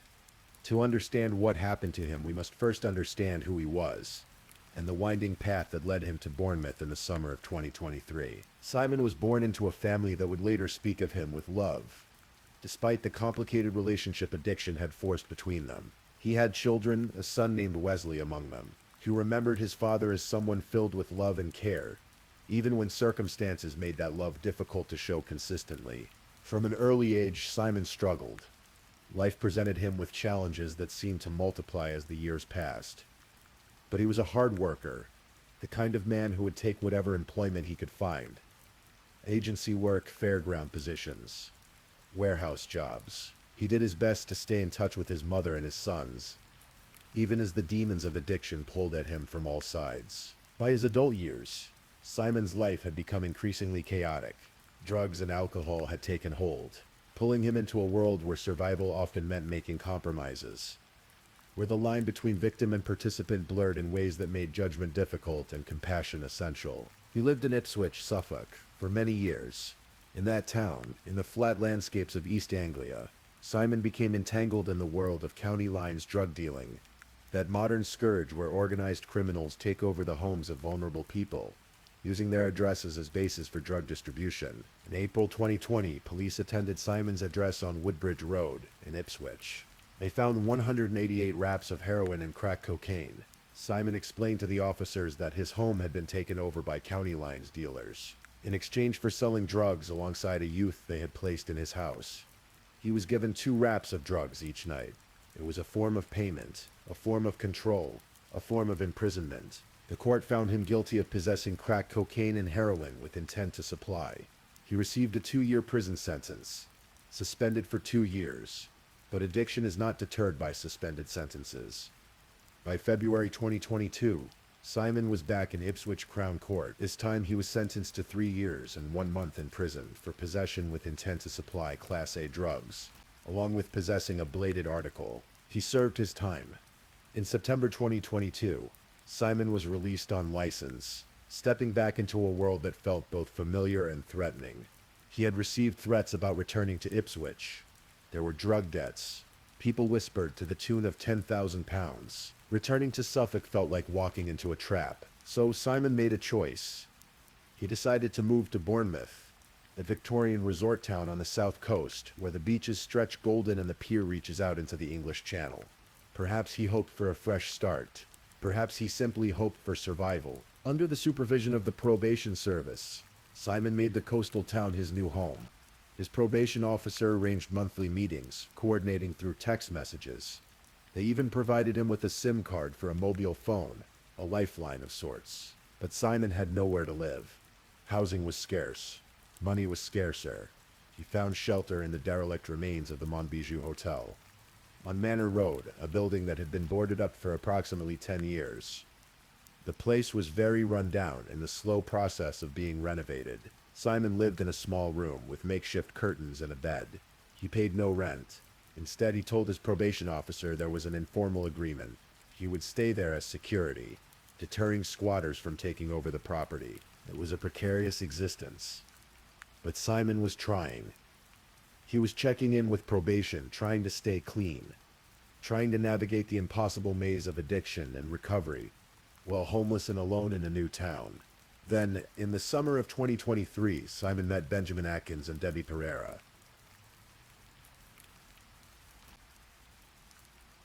Benjamin Atkins and Debbie Pereira first met in July 2018 during a drug rehabilitation program. At that time, they were 2 people trying to climb out of the same dark well. 2 people who understood the grip of addiction because they wore its chains themselves. They were not romantically involved at first. Their lives moved in separate orbits for several years. But social media has a way of reconnecting people. In April or May 2022, Benjamin began commenting on some of Debbie's posts on Facebook. Messages were exchanged. They arranged to see one another. A spark ignited. Within a few months of starting their relationship, Benjamin moved into Debbie's flat at 18B Aylesbury Road in the Boscombe suburb of Bournemouth. They had been living together for over a year. By the summer of 2023, Debbie was 39 years old, a woman struggling with her own complex constellation of challenges. She had OCD and agoraphobia, conditions that caused panic attacks and made leaving her home feel like an insurmountable task. She was seeking help from doctors and from an organization called We Are With You, trying to manage her anxiety. She was also a methadone user, caught in the slow attempt to move away from harder drugs. Benjamin Atkins was 49, the same age as Simon Schotten. He had 16 convictions for 26 offenses in his past, though none recent enough to be immediately relevant to what would happen. He was a father of 2. Neighbors who knew the couple described them initially as appearing to be a very happy couple, but beneath the surface things were changing. One neighbor who had known Debbie since she first moved into the address noticed a transformation after Benjamin appeared in her life. Debbie's appearance became slightly gaunt. She got thinner and appeared more pale. She seemed less outwardly friendly than before. Visits from Debbie's family to her address began to tail off, growing less frequent until they stopped altogether. Benjamin explained to neighbors that Debbie's changed appearance was due to an eating disorder, but the neighbor began to suspect drugs were involved, that perhaps Benjamin's arrival had coincided with a return to old habits. Despite whatever darkness was growing in their lives, the couple appeared affectionate in public. They held hands, they smiled. From the outside, they looked like any couple navigating life together, bound by the complicated ties of love and dependency. Into this relationship in the summer of 2023 came Simon Schotten. He needed a place to stay. He had access to drugs. and Benjamin Atkins and Debbie Pereira were using again, caught once more in the undertow of addiction they had tried so hard to escape. An arrangement was made. Simon could stay with them in exchange for providing crack cocaine and heroin. Instead of paying rent with money, he would pay with drugs, supplying them with 30 to 40 pounds worth on a regular basis. Sometimes Simon would sleep on the sofa. Other times he pitched a tent in a small garden behind the flat. For a while this arrangement functioned, however dysfunctionally. 3 people, 3 addicts, sharing space and substances in a ground floor flat in a Victorian town by the sea. But arrangements built on addiction are inherently unstable. And this one would soon collapse in the most terrible way imaginable.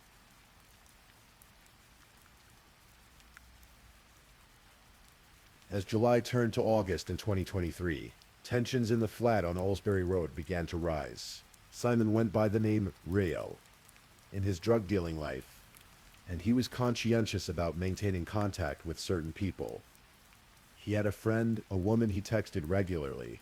In those messages, he began to reveal his growing unease about his living situation. The general gist of his messages, this friend would later tell police, was that Simon is staying with a male who was not nice to him, and a female who was nice to him. Benjamin Atkins, it seemed, was becoming increasingly difficult. He borrowed money from Simon, money that was never returned. Debbie, trying to keep the peace, would pay Simon back herself. But behind Debbie's back, Benjamin was doing something darker. He was threatening Simon, blackmailing him into giving extra drugs on the side, beyond the agreed amount for rent. The leverage Benjamin used was brutal in its simplicity. He would report Simon's drug dealing to his probation officer, which would result in Simon being returned to prison for breaching his license. Simon was trapped. He had nowhere else to go. The threats from Ipswich still hung over him. The debts still loomed. And now, in the place he had found temporary shelter, he was being manipulated and threatened by the man whose home he was staying in. The evidence of this would later be found in text exchanges between Simon and another acquaintance named Rafal Krasinski, and in conversations with a woman named Donna McGuire. Simon was scared. He was trying to find somewhere else to stay. He realized it was no longer safe for him at the house on Aylesbury Road. But finding alternative accommodation when you are homeless, under probation supervision, and caught in the web of addiction is not simple. Simon was trying, but time was running out. On the night of August 17th, going into the early hours of August 18th, 2023, the situation in the flat reached a breaking point. All 3 of them had been taking drugs that night. When the drugs ran out, Benjamin and Debbie wanted more. In the pre-dawn darkness, while Simon was distracted, Benjamin took money from Simon's wallet. Debbie acted as a distraction, keeping Simon's attention elsewhere while the theft occurred. With the stolen money, Benjamin and Debbie left the flat around 4:30 in the morning to score more drugs on the street. They returned around 7 in the morning, just as dawn was breaking over Bournemouth. Simon's phone rang. He answered. He had discovered the theft. He was understandably angry. He demanded his money back. Benjamin Atkins laughed at him. He brushed it off. When they returned to the flat with the newly purchased drugs, Benjamin and Debbie did not share them with Simon. Instead, they went off to the bedroom together, closing the door behind them. What happened next would be the subject of testimony, cross-examination, and ultimately a jury's verdict.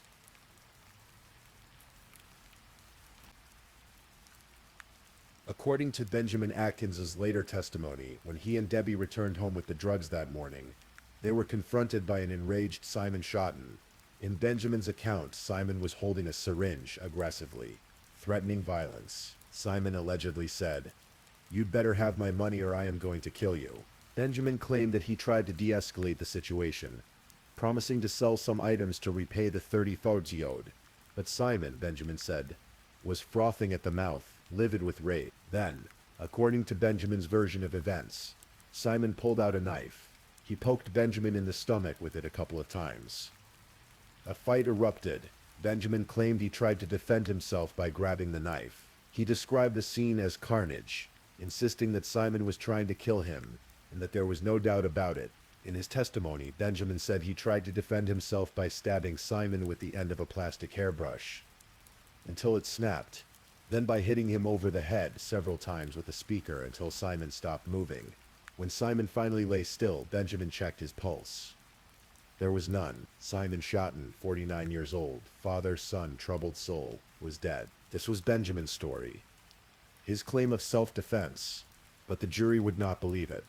The physical evidence, the aftermath, and Benjamin's own actions told a different story, one of ferocious violence that went far beyond what self-defense could justify. The fight took place somewhere in the flat, the bedroom, the hallway. The exact location was uncertain, but what was certain was the violence of it. The judge would later describe the attack as ferocious and unnecessary. Even if Simon had started the confrontation, even if there had been some element of Benjamin defending himself initially, the level of force used was so extreme that it crossed the line into murder. After Simon lay dead, Debbie was in the bedroom. She would later claim she knew nothing of what was happening, that she was shocked when Benjamin told her what had occurred, that the prosecution would paint a different picture. One of a woman who, if she did not participate in the killing, certainly participated in what came after. Benjamin took Simon's crack pipe from the dead man's pocket. It was loaded with crack cocaine. Benjamin and Debbie smoked it together. They were in the bedroom for approximately an hour or more, though Debbie would later admit her sense of time could be wrong due to the drugs. Then Benjamin told Debbie he was going to deal with this. He told her not to worry about anything. He said he knew what he was doing. He assured her that no one was going to look for Simon. No one was going to be bothered. No one was going to care. All she had to do, he told her, was keep quiet. For reasons he could not later explain, Benjamin moved Simon's body into the garden during daylight hours, even though the garden was overlooked by neighboring properties. It was a risk, moving a body in broad daylight, but perhaps the drugs made risk feel distant and unreal. That same afternoon, August 18th, just hours after Simon's death, CCTV cameras captured Debbie Pereira walking calmly into a cash creator's shop in Boscombe. She was selling Simon's mobile phone, the phone that was still warm with his life, the phone that contained his contacts, his messages, his connection to the outside world. Debbie sold it for cash. The couple was sweating in the footage. They were selling other items too, things that belonged to Simon, power banks, deck things, converting a dead man's possessions into money for more drugs. This was the beginning of what would become an elaborate and horrifying cover-up, one that would shock the seaside community of Bournemouth and haunt everyone who learned its details. What Benjamin Atkins did next would test the limits of human comprehension. He waited until Debbie was asleep. Then, under the influence of what he would later describe as copious amounts of various drugs, he went into the garden. Simon's body lay there, covered. Benjamin had no plan, or so he would claim. His plan, he said, was simply to get absolutely intoxicated on drugs and try to live his life as best he could, knowing he had taken another man's life. But a body cannot be hidden easily. It tells its story through decay, through smell, through the simple fact of its existence taking up space in the world. Benjamin knew this, on some level, and so in the darkness of that August night, he began to cut. He had stolen a hacksaw from a local shop, a Wilco store. Debbie had acted as a decoy during the theft, keeping the staff's attention elsewhere while Benjamin slipped the tool into a bag. They had also purchased black bin liners, bleach and silver tape, materials for cleanup, materials for disposal, in the utility room of the flats. Benjamin systematically dismembered Simon Schotten's body. He would later admit to this, describing the act while claiming he would never have done it sober, that he was scared, traumatized, panicked, under extreme stress and the influence of drugs. The process took time. Days. Benjamin worked methodically, separating limbs from torso, sawing through bone and flesh. It must have been exhausting work, gruesome work, the kind of work that would stain not just hands but the very air of that flat with the evidence of its horror. Debbie, in the flat during much of this time, would claim she did not know what was happening, but the prosecution would argue otherwise. Someone performed an extensive cleaning operation, scrubbing blood from surfaces, bleaching away evidence. Benjamin would later reference the amount of bleach Debbie had used. The cleaning must have taken many days. Every surface had to be wiped, every trace of violence erased, as much as possible. Within the first week after Simon's death, Benjamin made his first disposal of remains. He told Debbie he was going to get methadone from the chemist. Instead, he cycled through the streets of Boscombe with Simon's legs in a bag, riding through the summer sunshine until he reached the manor steps zigzag path on Boscombe Cliff Road. There, in the bushes, he deposited the wrapped packages of what had once been a man's legs. Approximately 1 to 2 days later, Benjamin removed Simon's torso from where it had been wrapped in tarpaulin in the garden. He placed it in a suitcase, one he had taken from a wall where someone had left it. Then, methodically, he continued his disposal efforts, leaving parts of Simon Shotton scattered across the Boscombe area like a terrible breadcrumb trail. Benjamin also tried to burn some of Simon's remains in a fire pit in the back garden. He attempted to burn Simon's head, thinking perhaps that fire would reduce it to ash, would erase this final piece of evidence. But human bone does not burn easily, not in a garden fire pit. The head did not completely incinerate. Frustrated, Benjamin wrapped the remaining body parts and continued distributing them across the town. Meanwhile, life in the flat on Aylesbury Road continued in its macabre normalcy. Benjamin and Debbie lived in the space where a man had died, where his body had been cut apart, where his blood had soaked into surfaces they now walked across daily. They continued to use drugs. They continued their relationship. Neighbors noticed nothing particularly unusual, but secrets of this magnitude cannot stay buried forever. And soon, a stranger's discovery would set in motion the machinery of justice. It was August 26, 2023. 8 days had passed since Simon Shotton's death. A member of the public was walking on the manor steps' zigzag footpath, that scenic route along the Boscombe Cliffs where tourists and locals alike walk to enjoy views of the sea. This person was taking shelter under a tree when a package suddenly landed with a thud beside them. The package was wrapped with gray masking tape. When the person moved closer to examine what had fallen, they realized with dawning horror that the shape was that of a human foot. Some of it had become exposed through the wrapping. The police were called immediately. Officers arrived and began a careful search of the area. They found a second package. DNA testing would later confirm that the body parts belonged to Simon Shotton. A major investigation was launched. The Major Crime Investigation Team of Dorset Police took over. Initially, they had partial human remains and no victim identity. It was an investigator's nightmare. Evidence of murder, but no knowledge of who had died or who might be responsible. The meticulous work began. Scientific analysis to identify the deceased, canvassing of the area, review of CCTV footage, tracking of mobile phones. The breakthrough came through the phone. Detectives identified that a phone linked to Simon Shotton had been sold at a Cash Creators store in Boscombe on the afternoon of Friday, August 18th, 2023. When they reviewed CCTV footage from the store, they saw Benjamin Atkins and Debbie Pereira entering and selling the phone. This connection led police to 18B Aylesbury Road, where the couple lived. On the evening of Friday, September 1st, 2023, 2 weeks after the first remains were discovered, police officers arrived at the flat. They knocked. No answer. They searched the exterior of the property. An officer using a torch swept the beam across the garden. Behind a wheelbarrow, the officer saw something. A person's head visible to the side of the wheelbarrow. Someone was crouched down in the gap between the wheelbarrow and a ladder. When the person stood up, the officer recognized him as Benjamin Atkins. At 9:12 in the evening, the officer arrested Atkins on suspicion of murder. Later, Benjamin would claim he initially did not know it was the police approaching, that he was not sure if someone was trying to get him. Perhaps he was paranoid from drugs. Perhaps he knew his time was running out. Police seized a Solmobile phone from Benjamin on arrest. It was later found to belong to Simon Shotton, the phone potentially used for drug dealing. Now in the killer's possession. Inside the flat, officers arrested Debbie Pereira. Both arrests were recorded on police body-worn video cameras. Technology that would later provide crucial evidence about the couple's state of mind and their knowledge of what had occurred. The following day, September 2nd, police conducted a forensic search of the property. In the garden, they found 2 black bin bags. Inside were Simon Shotton's severed arms. On September 6th, 2023, more remains were discovered in Boscombe Chennine Gardens, a public park by the seafront. Simon's torso was found inside a black suitcase, covered with flies, emitting what witnesses described as a stench of death. Even then, the discoveries were not complete. Following information that Benjamin Atkins provided to his legal team before trial, police conducted searches in the Walpole Lane area of Boscombe from Wednesday, February 28, 2024. Search teams recovered a number of bone fragments, but parts of Simon Schotten have never been found. Most significantly, the majority of his head remains missing.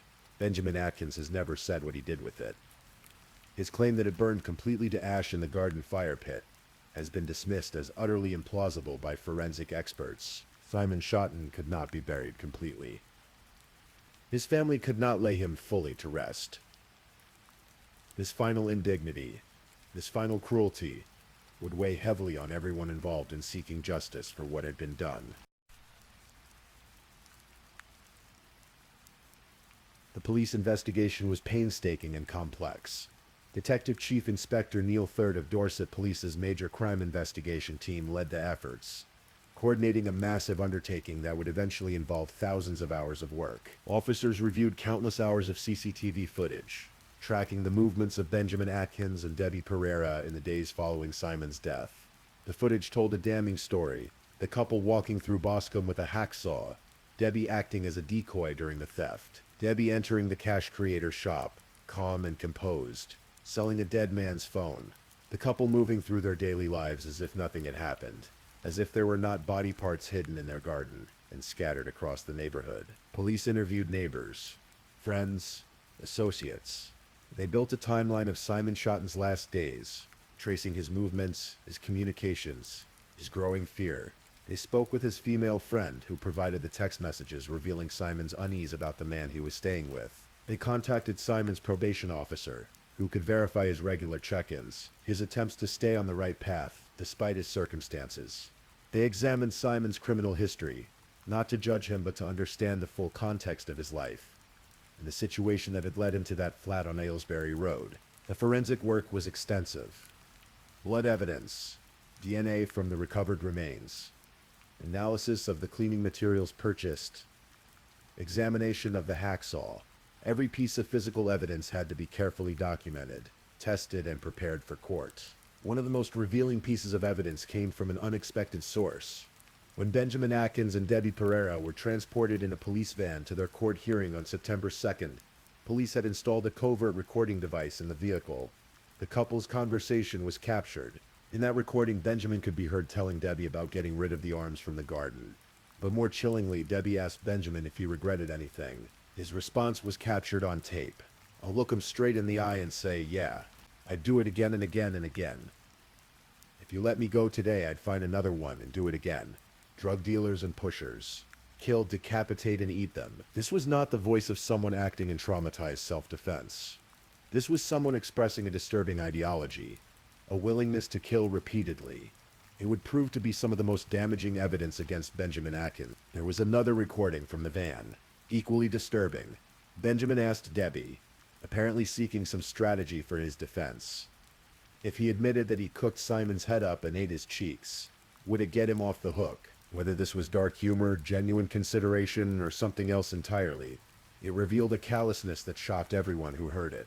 This was a man joking about cannibalism, about the desecration of a human body, in a way that seemed to treat the whole situation as a strategic game rather than the horrific ending of another person's life. The investigation continued for months. By the time Benjamin Atkins and Debbie Pereira were charged and their trial set, Dorset police had amassed a comprehensive case built on physical evidence, witness testimony, CCTV footage, and the defendant's own recorded words.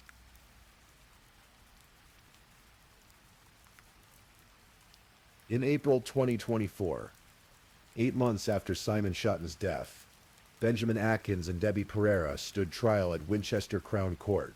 Both pleaded not guilty to murder. They also faced charges of perverting the course of justice and preventing the burial of a corpse. The trial would last approximately 6 weeks, a marathon of testimony, evidence presentation, and legal argument. The jury would hear details that would challenge their emotional endurance, forcing them to confront the worst of human capacity. Paul Cavan Casey led the prosecution. His task was to present the evidence in a way that revealed not just what had happened, but the deliberate choices made in the aftermath. He walked the jury through the timeline, from the theft of Simon's money to the discovery of his scattered remains. The defense for Benjamin Atkins was clear. Self-defense. Yes, he had killed Simon Schotten. Yes, he had dismembered the body. But the killing itself, he claimed, was justified. Simon had attacked him with a knife. He had fought for his life. The dismemberment, while admittedly horrific, was done in a state of drug-induced panic and fear. Benjamin took the stand. He described meeting Simon, the arrangement for Simon to stay with them, the growing tensions. He painted Simon as aggressive, threatening, dangerous. He described the confrontation on August 18th. Simon with a syringe, then a knife, coming at him with murderous intent. He admitted to the dismemberment, but framed it as the actions of someone traumatized, and under the influence of copious amounts of drugs. "I wouldn't have done that if I wasn't under the influence," he told the court. "I was scared, I was traumatized, I was panicked, I was under extreme stress. What I done was truly awful. It's horrendous what I have done, and I deserve to be punished for what I have done. I am sorry to his family. I am sorry to my family. It's difficult for me to be remorseful to a man who was trying to kill me in my own house." But the prosecution dismantled this narrative piece by piece. The physical evidence did not support a simple case of self-defense. The level of violence was ferocious, beyond what would be necessary to stop an attacker. The calculated disposal of the body, the selling of Simon's possessions, the extensive cleaning operation, the lies told to police, all of this painted a picture of murder, followed by deliberate cover-up, not panicked response to legitimate self-defense. The CCTV footage was damning. Debbie Pereira, hours after Simon's death, calmly selling his phone. The couple, days later, working together to steal a hacksaw. Their movements tracked through Boscombe as they distributed body parts across the neighborhood. And then there were the recordings. Benjamin's voice, captured in the police van, saying he would do it again and again, talking about killing, decapitating, and eating drug dealers. However much he might claim trauma and drug-induced panic, those words revealed something else entirely. Debbie Pereira's defense was that she was an innocent bystander, a victim herself of Benjamin's manipulation and violence. She claimed she was in the bedroom when Simon was killed, that she knew nothing about it until Benjamin told her afterward. She portrayed herself as controlled by Benjamin, powerless to stop what was happening or to report it to authorities. But the prosecution argued that Debbie was far more involved than she admitted. She had acted as a decoy during the hacksaw theft. She had sold Simon's phone. She had helped clean the flat, an extensive operation that must have made clear what had happened. She had lived in that flat for days while Benjamin cut up Simon's body, while he moved the parts through rooms she occupied. The evidence about the bleach came up. Benjamin's recorded comments. "You'd have had nothing. The amount of bleach you used." This suggested Debbie's participation in the cleanup was substantial, and no. On May 22nd, 2024, after hearing all the evidence, the jury reached their verdicts. Benjamin Atkins was found guilty of murder. The jury had rejected his claim of self-defense. Whatever had happened in that flat on August 18th, it was not justifiable killing. It was murder. Debbie Pereira was found not guilty of murder. The jury accepted that she had not participated in the actual killing of Simon Schotten. However, she was found guilty of perverting the course of justice. Her actions after the murder, her help in covering it up, her lies to police, these constituted a serious crime in their own right. Both had admitted during the trial to preventing the burial of a corpse. The evidence of this was impossible to deny. On July 26, 2024, Benjamin Atkins and Debbie Pereira returned to Winchester Crown Court for sentencing. Mrs. Justice Stacy presided, and before passing sentence, she heard a victim impact statement from Simon Schotten's family. Simon's son Wesley, who was 19 years old when his father was killed, submitted a statement read by the prosecutor. Wesley spoke of a father who struggled with drink and drugs, struggles that impacted the time they could spend together. But through all the difficulties, Wesley remembered a father filled with love and care for his children. Wesley described Benjamin Atkins as evil. He said Atkins' children should be ashamed of what their father had done. The pain in those words was palpable. The grief of a young man who would never see his father again, who could not even bury all of his father's remains because the killer refused to say where they were. The family's full statement thanked everyone involved in bringing the case to justice. The police, the jury who had to sit through unpleasant evidence, and especially the family liaison officers who had supported them throughout the ordeal. They conducted themselves with dignity throughout, as the detective noted, even as they endured the unimaginable. Mrs. Justice Stacy addressed Benjamin Atkins directly. Her words were measured, but damning. She described the dismemberment, disposal, and concealment of Simon's body as particularly gruesome. She called his callousness shocking. She noted that he still refused to say where the rest of Simon's head was. She stated clearly that she did not accept his remorse as genuine, while acknowledging that Benjamin may have initially acted to some extent in self-defense. She emphasized that the ferocity of his attack showed he intended to kill Simon. The violence went far beyond what would be necessary for self-protection. She noted that the disposal of Simon's body would continue to cause great pain and distress to his family. Without a complete body to bury, without knowing what happened to their loved one's remains, they could not find closure. Benjamin Atkins was sentenced to life imprisonment with a minimum term of 19 years before he could be considered for parole. This meant that even after 19 years, release would not be automatic. He would need to convince the parole board that he no longer posed a danger to the public. Given the nature of his crime and his recorded statements about doing it again, that would be a high bar to clear. Turning to Debbie Pereira, the judge's words were equally firm. She described Debbie as a joint participant in perverting the course of justice. She emphasized that Debbie knew Simon's body was being chopped up in her utility room. She knew what was happening. She helped Atkins get rid of and sell Simon's belongings. She acted as a decoy while Atkins stole the hacksaw to cut up Simon's body. And the thorough cleaning afterward, which must have taken many days, could only have been done by Debbie. Debbie Pereira was sentenced to 4 years in prison. But this was not the end of the legal proceedings. The Solicitor General reviewed the case and determined that both sentences were unduly lenient under the scheme designed to catch sentences that fall too far below what justice requires. On October 15th, 2024, the case returned to the Court of Appeal. Louise Oakley, representing the Solicitor General, argued that the sentences did not adequately reflect the gravity of the crimes. She emphasized the systematic nature of the dismemberment, which took place over a number of days. She highlighted the attempt to burn Simon's head, and the fact that Atkins has never said what he did with the rest of it. She noted that Simon's belongings were sold after his death. Adding insult to injury, the Court of Appeal agreed that the sentences were unduly lenient.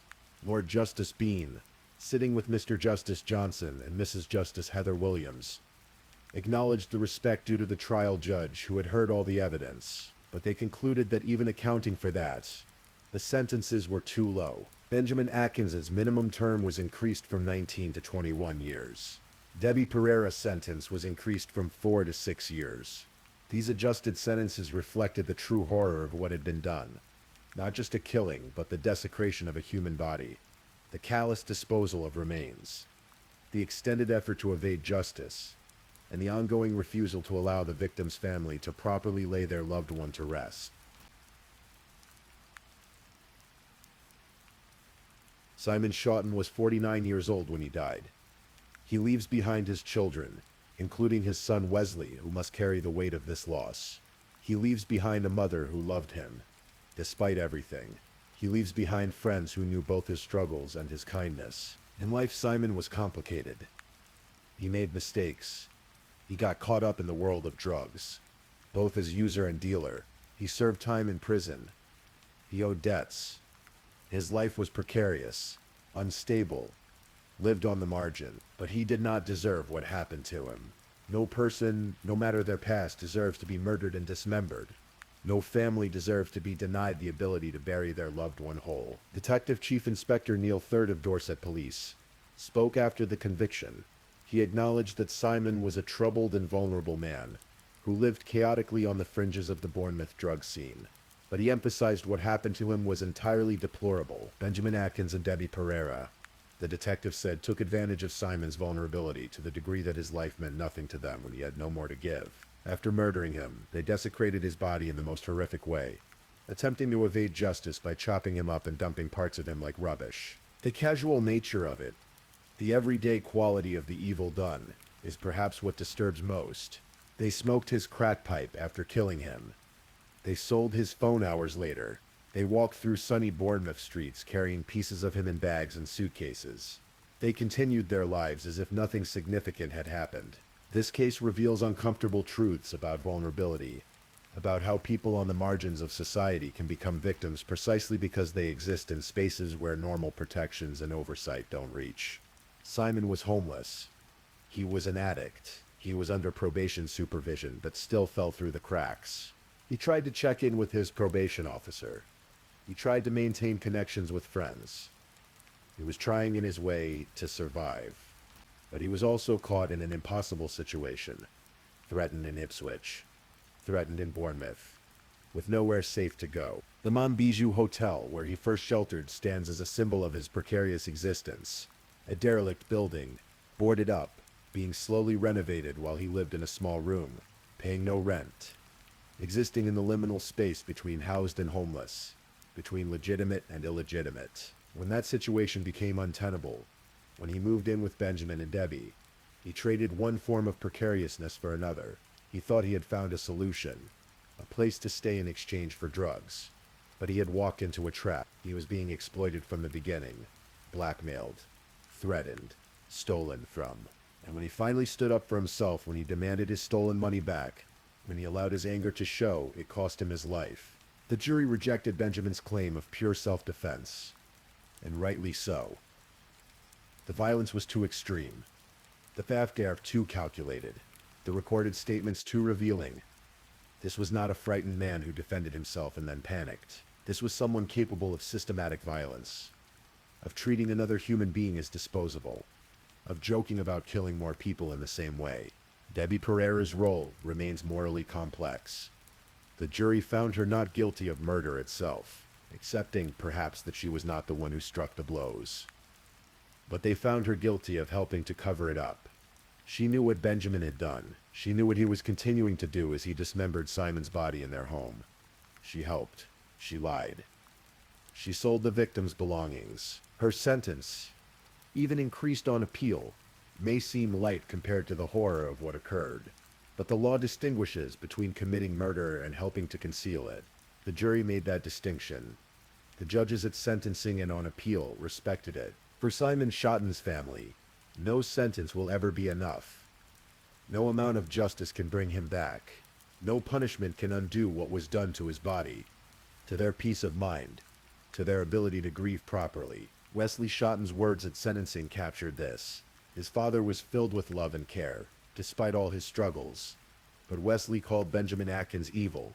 Strong language, definitive language, the language of a son who watched his father reduced to scattered remains, who cannot fully bury his father because the killer refuses to say where all the pieces are. The refusal to disclose the location of Simon's head is perhaps Benjamin Atkins' final cruelty. It denies the family closure. It maintains power over the victim even after death and conviction.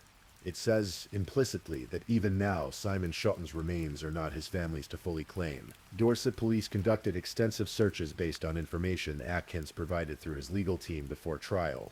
They found bone fragments, but the majority of the head remains missing. His claim that it burned completely to ash has been dismissed as implausible. So whereas only Benjamin Atkins knows, and he is not telling, this case shook the community of Bournemouth. The discovery of body parts in public spaces, along walking paths, in parks, turned familiar landscapes into crime scenes. Residents walked past places where Simon's remains had been hidden, not knowing, continuing their daily lives while a terrible secret lay in the bushes. When the full story emerged, when people learned that this had happened in a ground floor flat in Boscombe, that neighbors had lived nearby while dismemberment occurred, there was a collective shudder.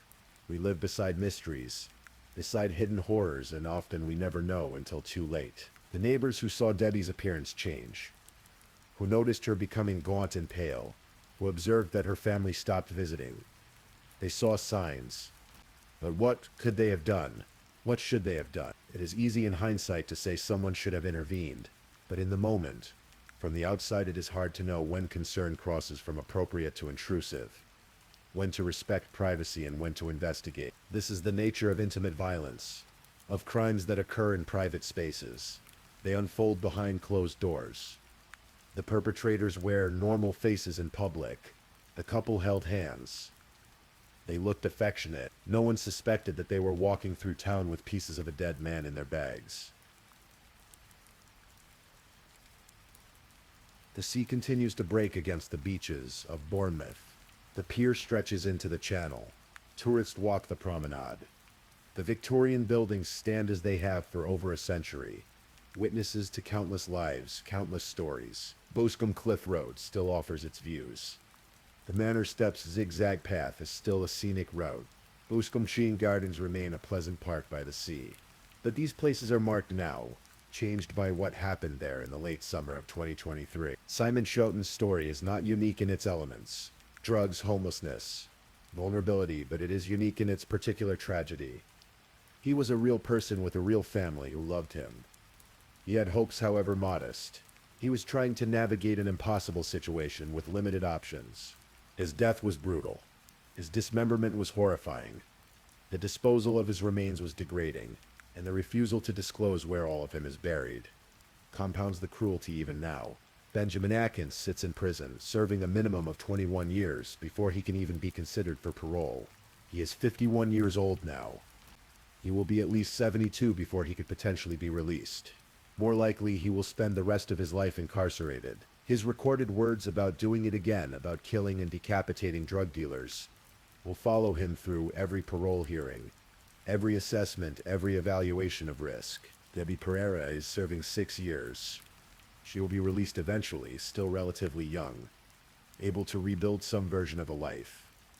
But she will carry this with her always, the knowledge that she was there, that she knew, that she helped hide what was done. And Simon Schoten's family continues to grieve, to remember, to carry the weight of his absence and the horror of how he left this world. There are broader questions this case raises about how we as a society treat those who live on the margins, about how addiction isolates and endangers, about how homelessness creates vulnerability, about how the criminal justice system sometimes serves more to cycle people through punishment than to address causes or provide genuine rehabilitation. Simon had been to prison twice for drug offenses. He was released on license, trying to comply with his probation, trying to stay out of trouble, but he had nowhere to live. He had debts he couldn't repay. He had threats he couldn't escape. The system supervised him but could not protect him. This is not to excuse his own choices or his own participation in the drug trade. It is simply to recognize that punishment alone does not solve the complex web of problems that lead people into these circumstances. And when people are caught in that web, they become vulnerable in ways that can be fatal. Simon Schoten's life mattered. His death matters. His story matters. Not because it is unique, but because it illuminates the shadows where vulnerable people exist, where terrible things can happen, where justice must work hard to reach. The police did reach it. The investigation was thorough. The evidence was gathered. The trial was held. The convictions were secured. Benjamin Atkins and Debbie Pereira were held accountable for what they did. But Simon Schoten is still dead. Parts of him are still missing. His family still grieves. And somewhere in Bournemouth there is a place where the last pieces of him rest, known only to the man who put them there. Thank you for listening to tonight's true crime story.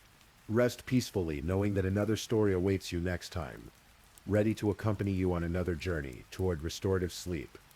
But if you're still awake, don't forget to like and subscribe so you don't miss our next true crime stories. And until next time, stay safe and take care. Good night.